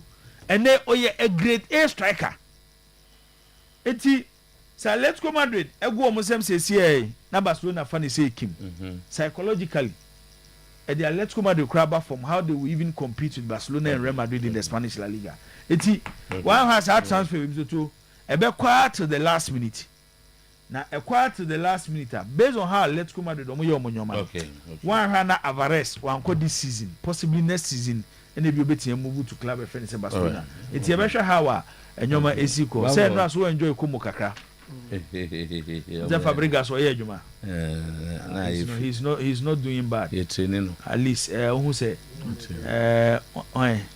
but son they were future Barcelona and Arsenal coach. We are Barcelona. Sir. Abeba secondary school Arsenal.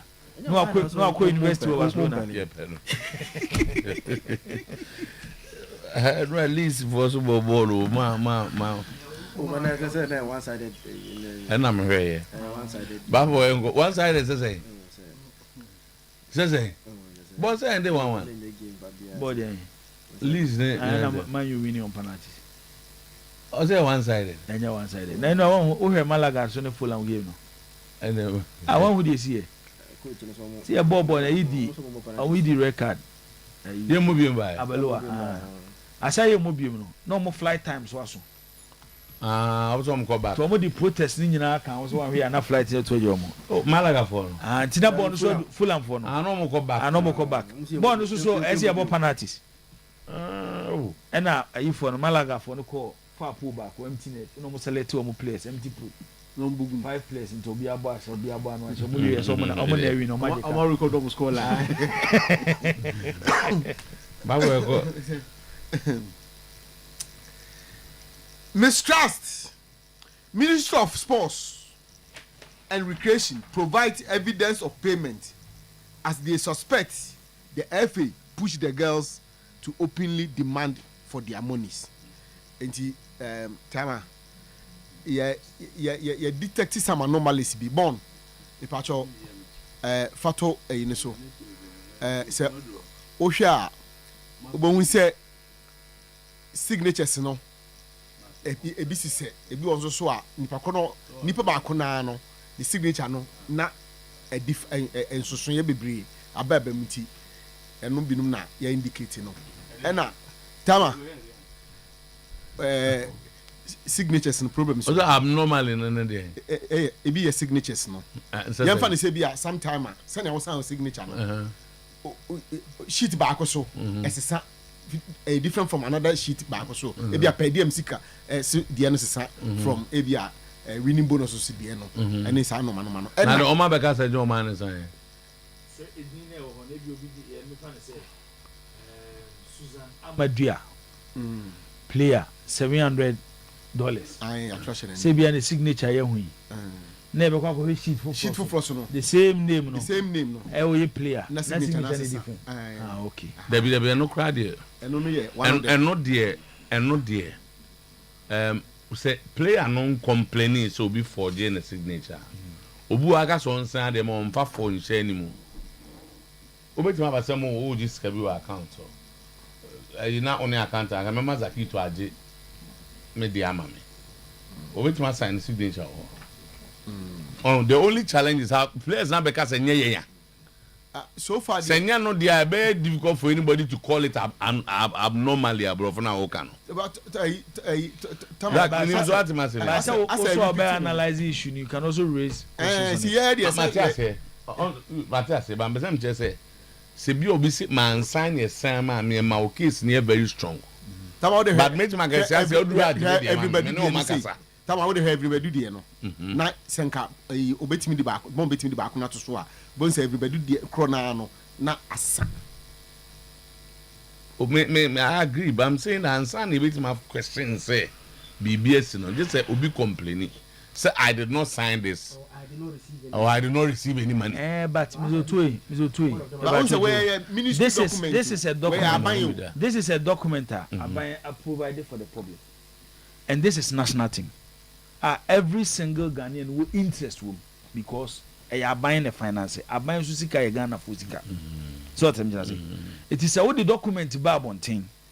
Now one person contain different signatures. I said we present the parliament. I doubt you one no.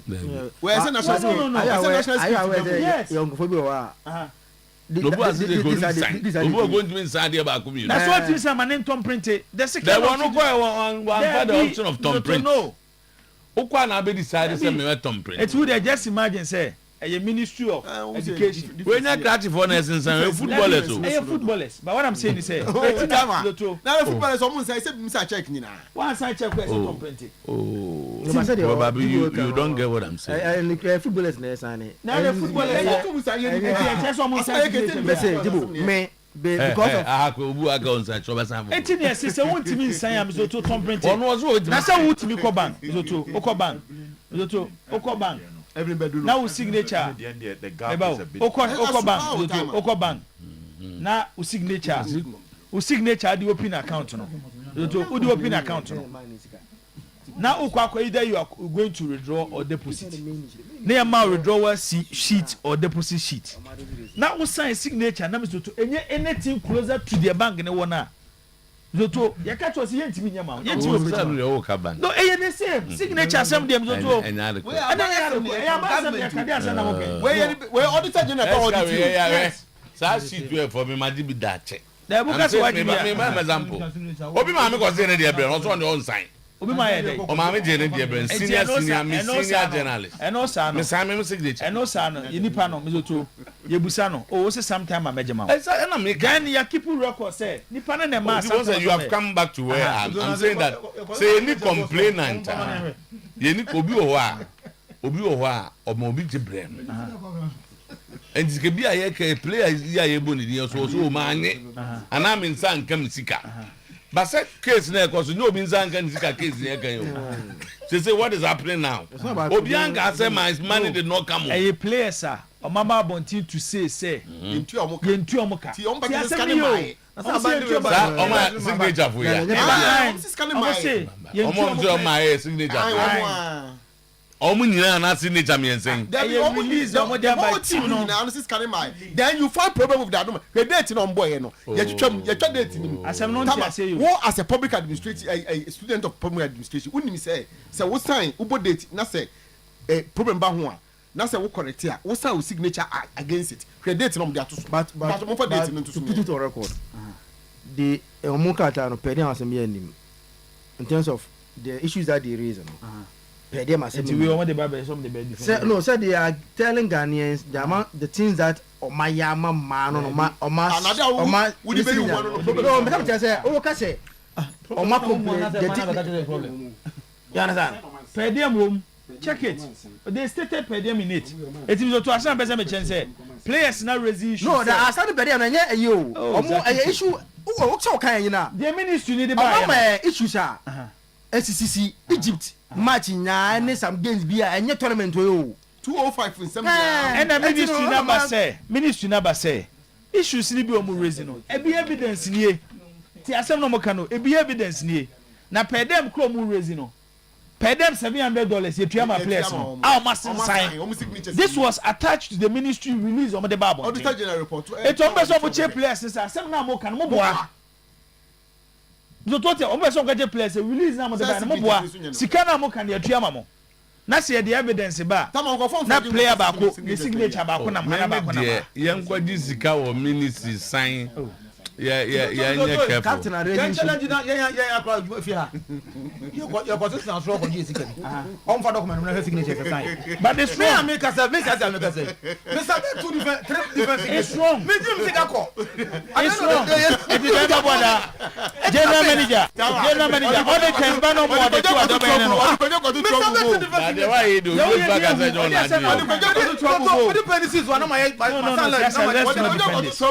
And here we go. You are talking about a man about 20 something players.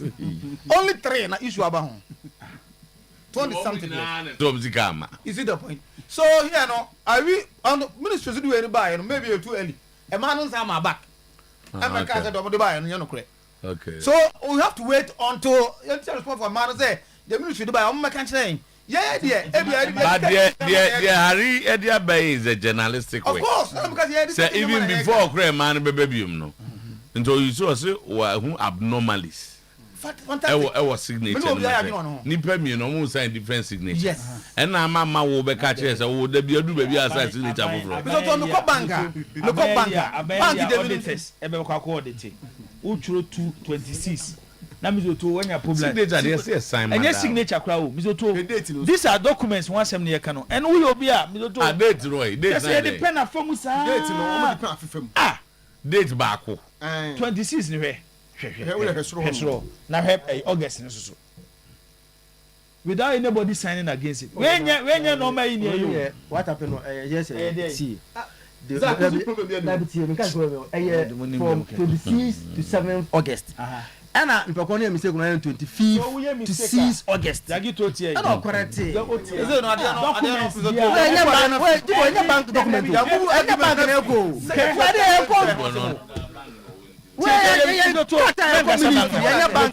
this is a ministry under government. I audit. Tiasema American. Any different from the Ekwen or Bangu. What's the answer? I am not going to go to problem.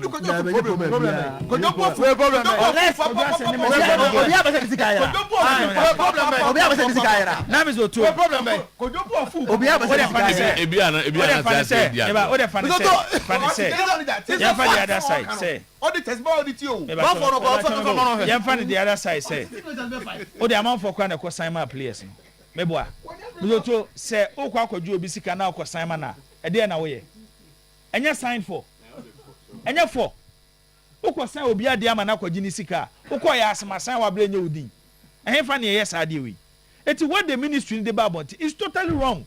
We should tell them my entertain say and it's totally wrong. No auditor will accept this.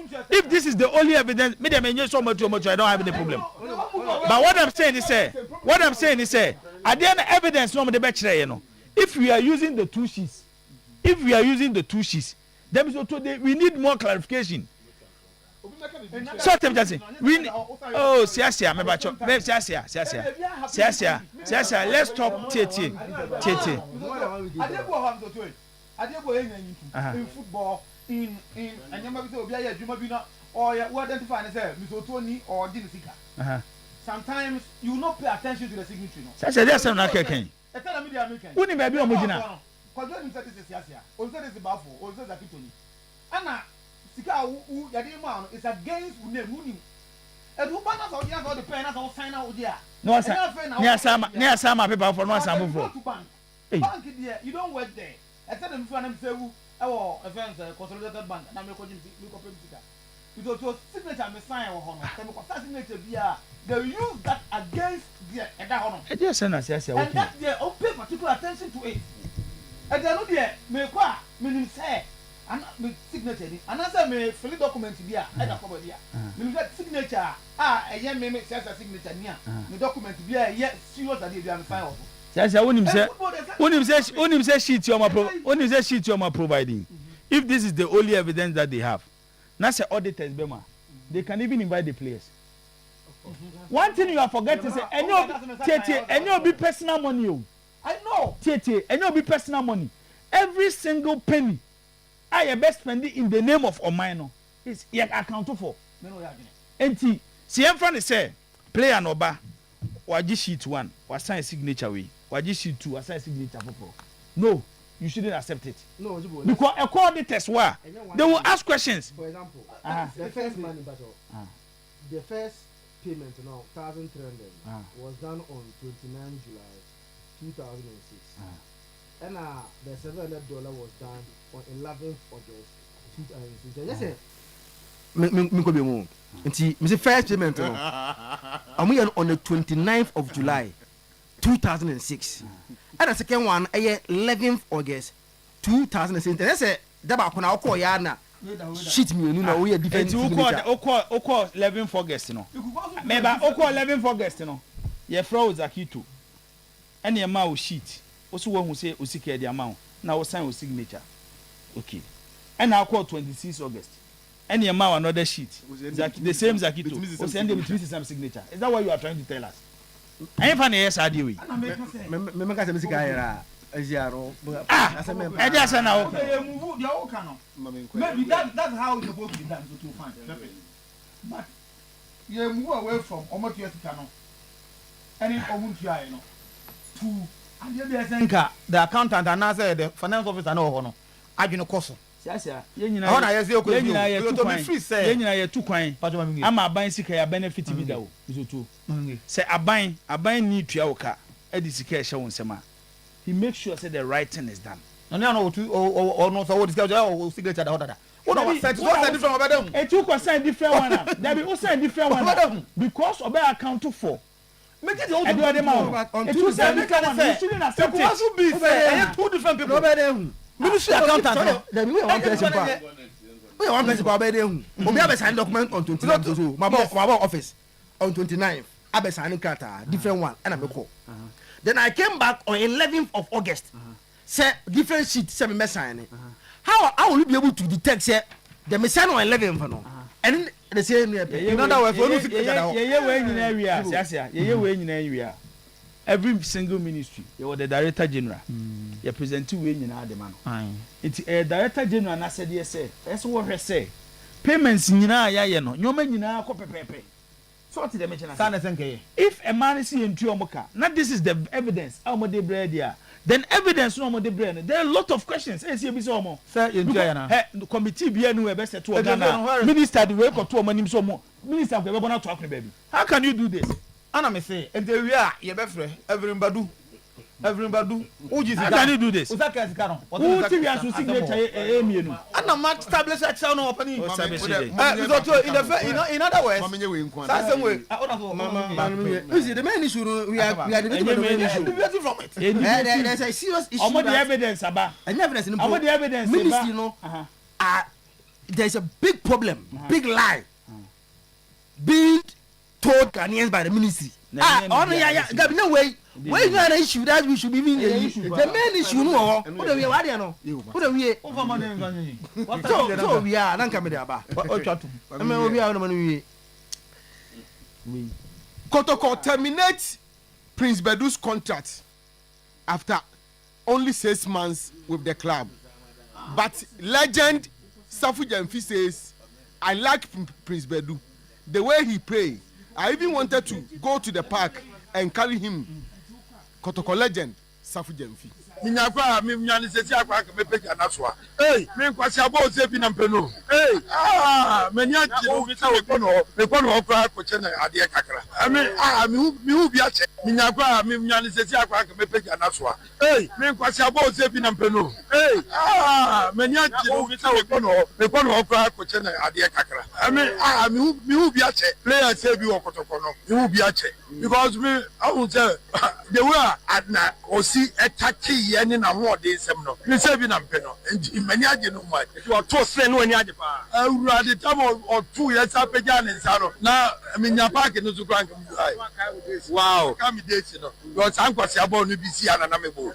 I know football na this now. Obo si ase card beba bibre. Na bi nya card na beba. Say ebo ni nyanse, obo ni nyanse. One who say ozi ebo na kama pa. In the first match, our Boma Kotoko. Now, some of see, say players say, I'm a penal. When you ground, think I wouldn't differently.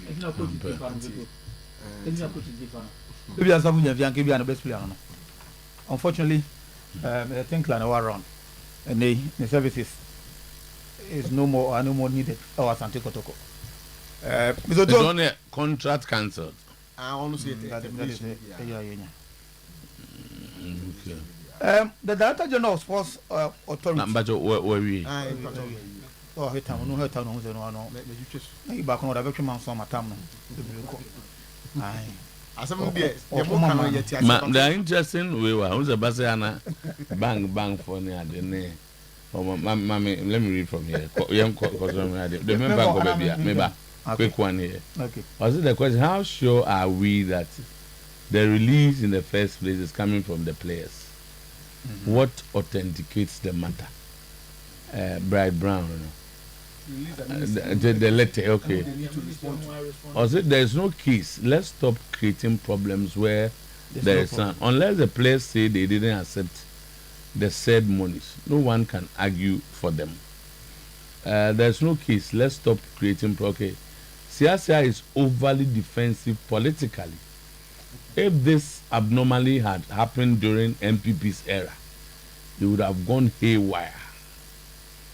Please, you know, as for Siasia, anything about government, he will defend it.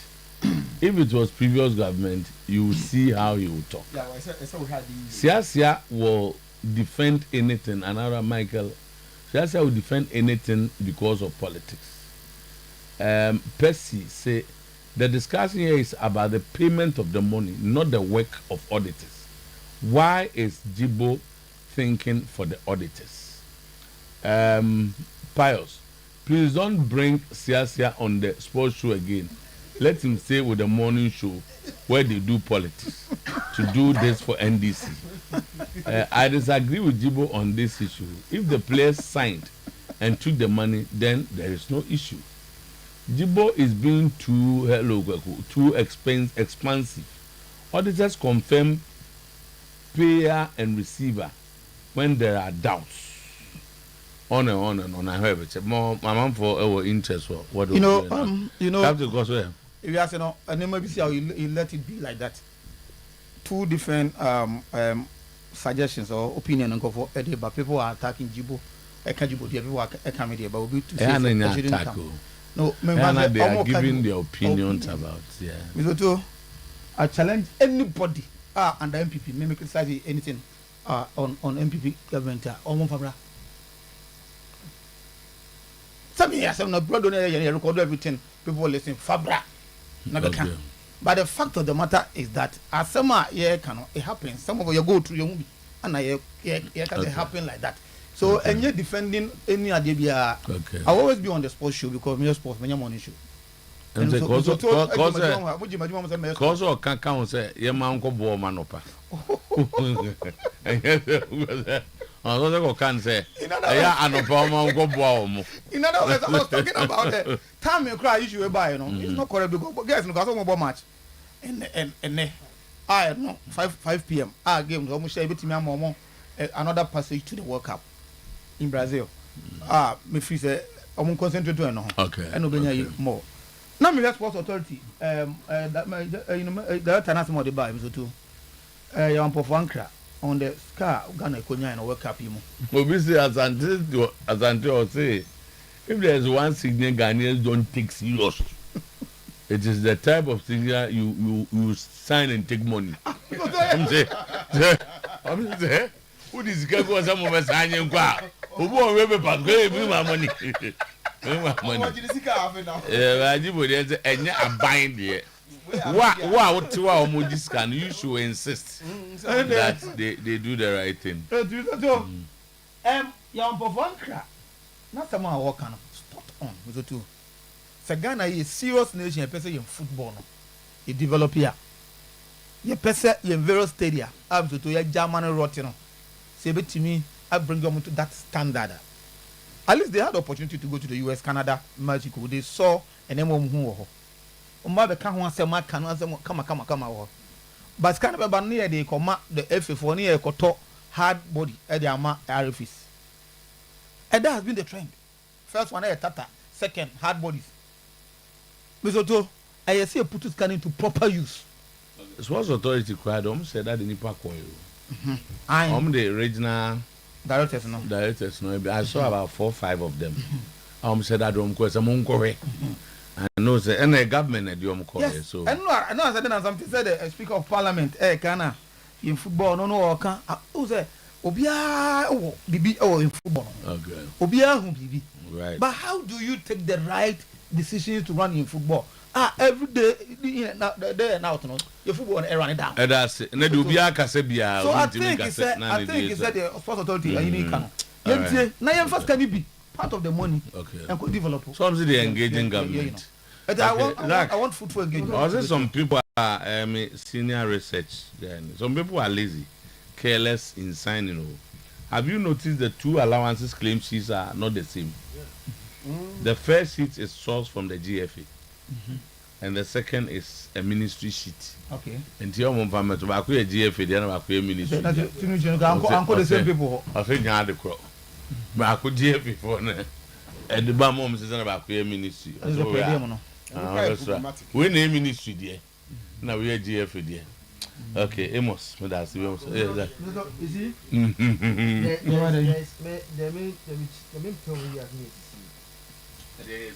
Yes, if you read the ministry letter now, I must say, with respect to the winning bonuses, the Black Queens recorded 1 victory during the group stage against Cape Verde, and therefore earned 1 winning bonus from the group stage. Minister, also don't go say and got some just say what's up to challenge no. Aba say MPP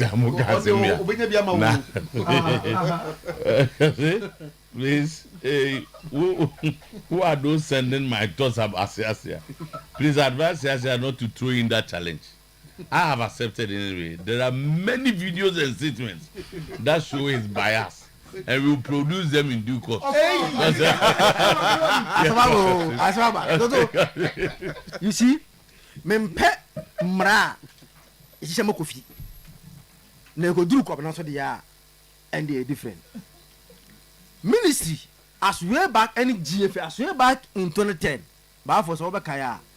And a Ghana say yenche winning bonus biom. What we now pay is qualification bonus.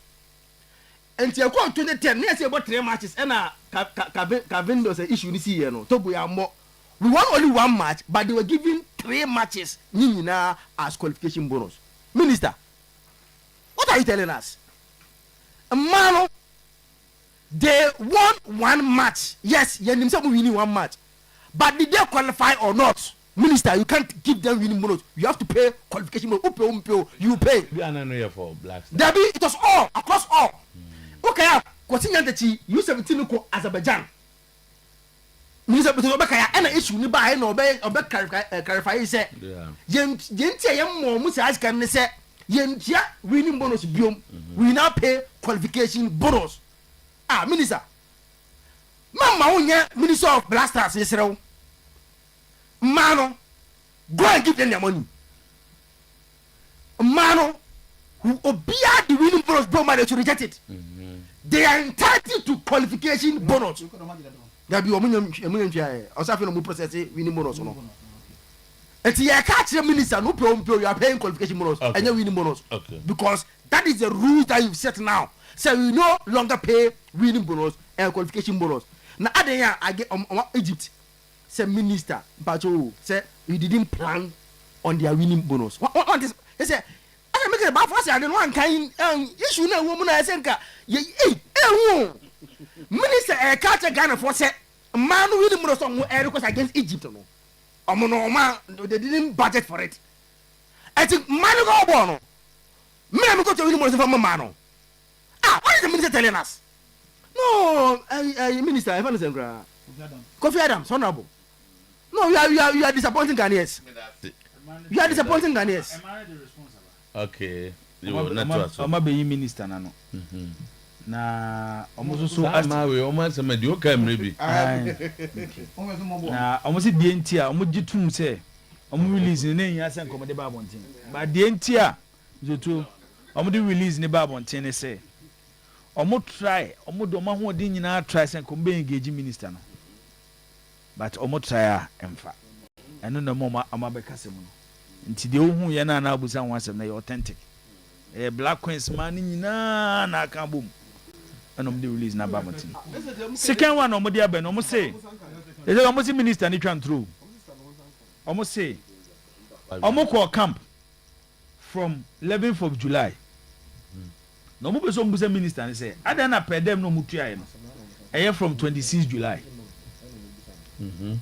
eno nan chen omo se minister and say ba bia ni ho a omo ate ase ase etwa qualification bono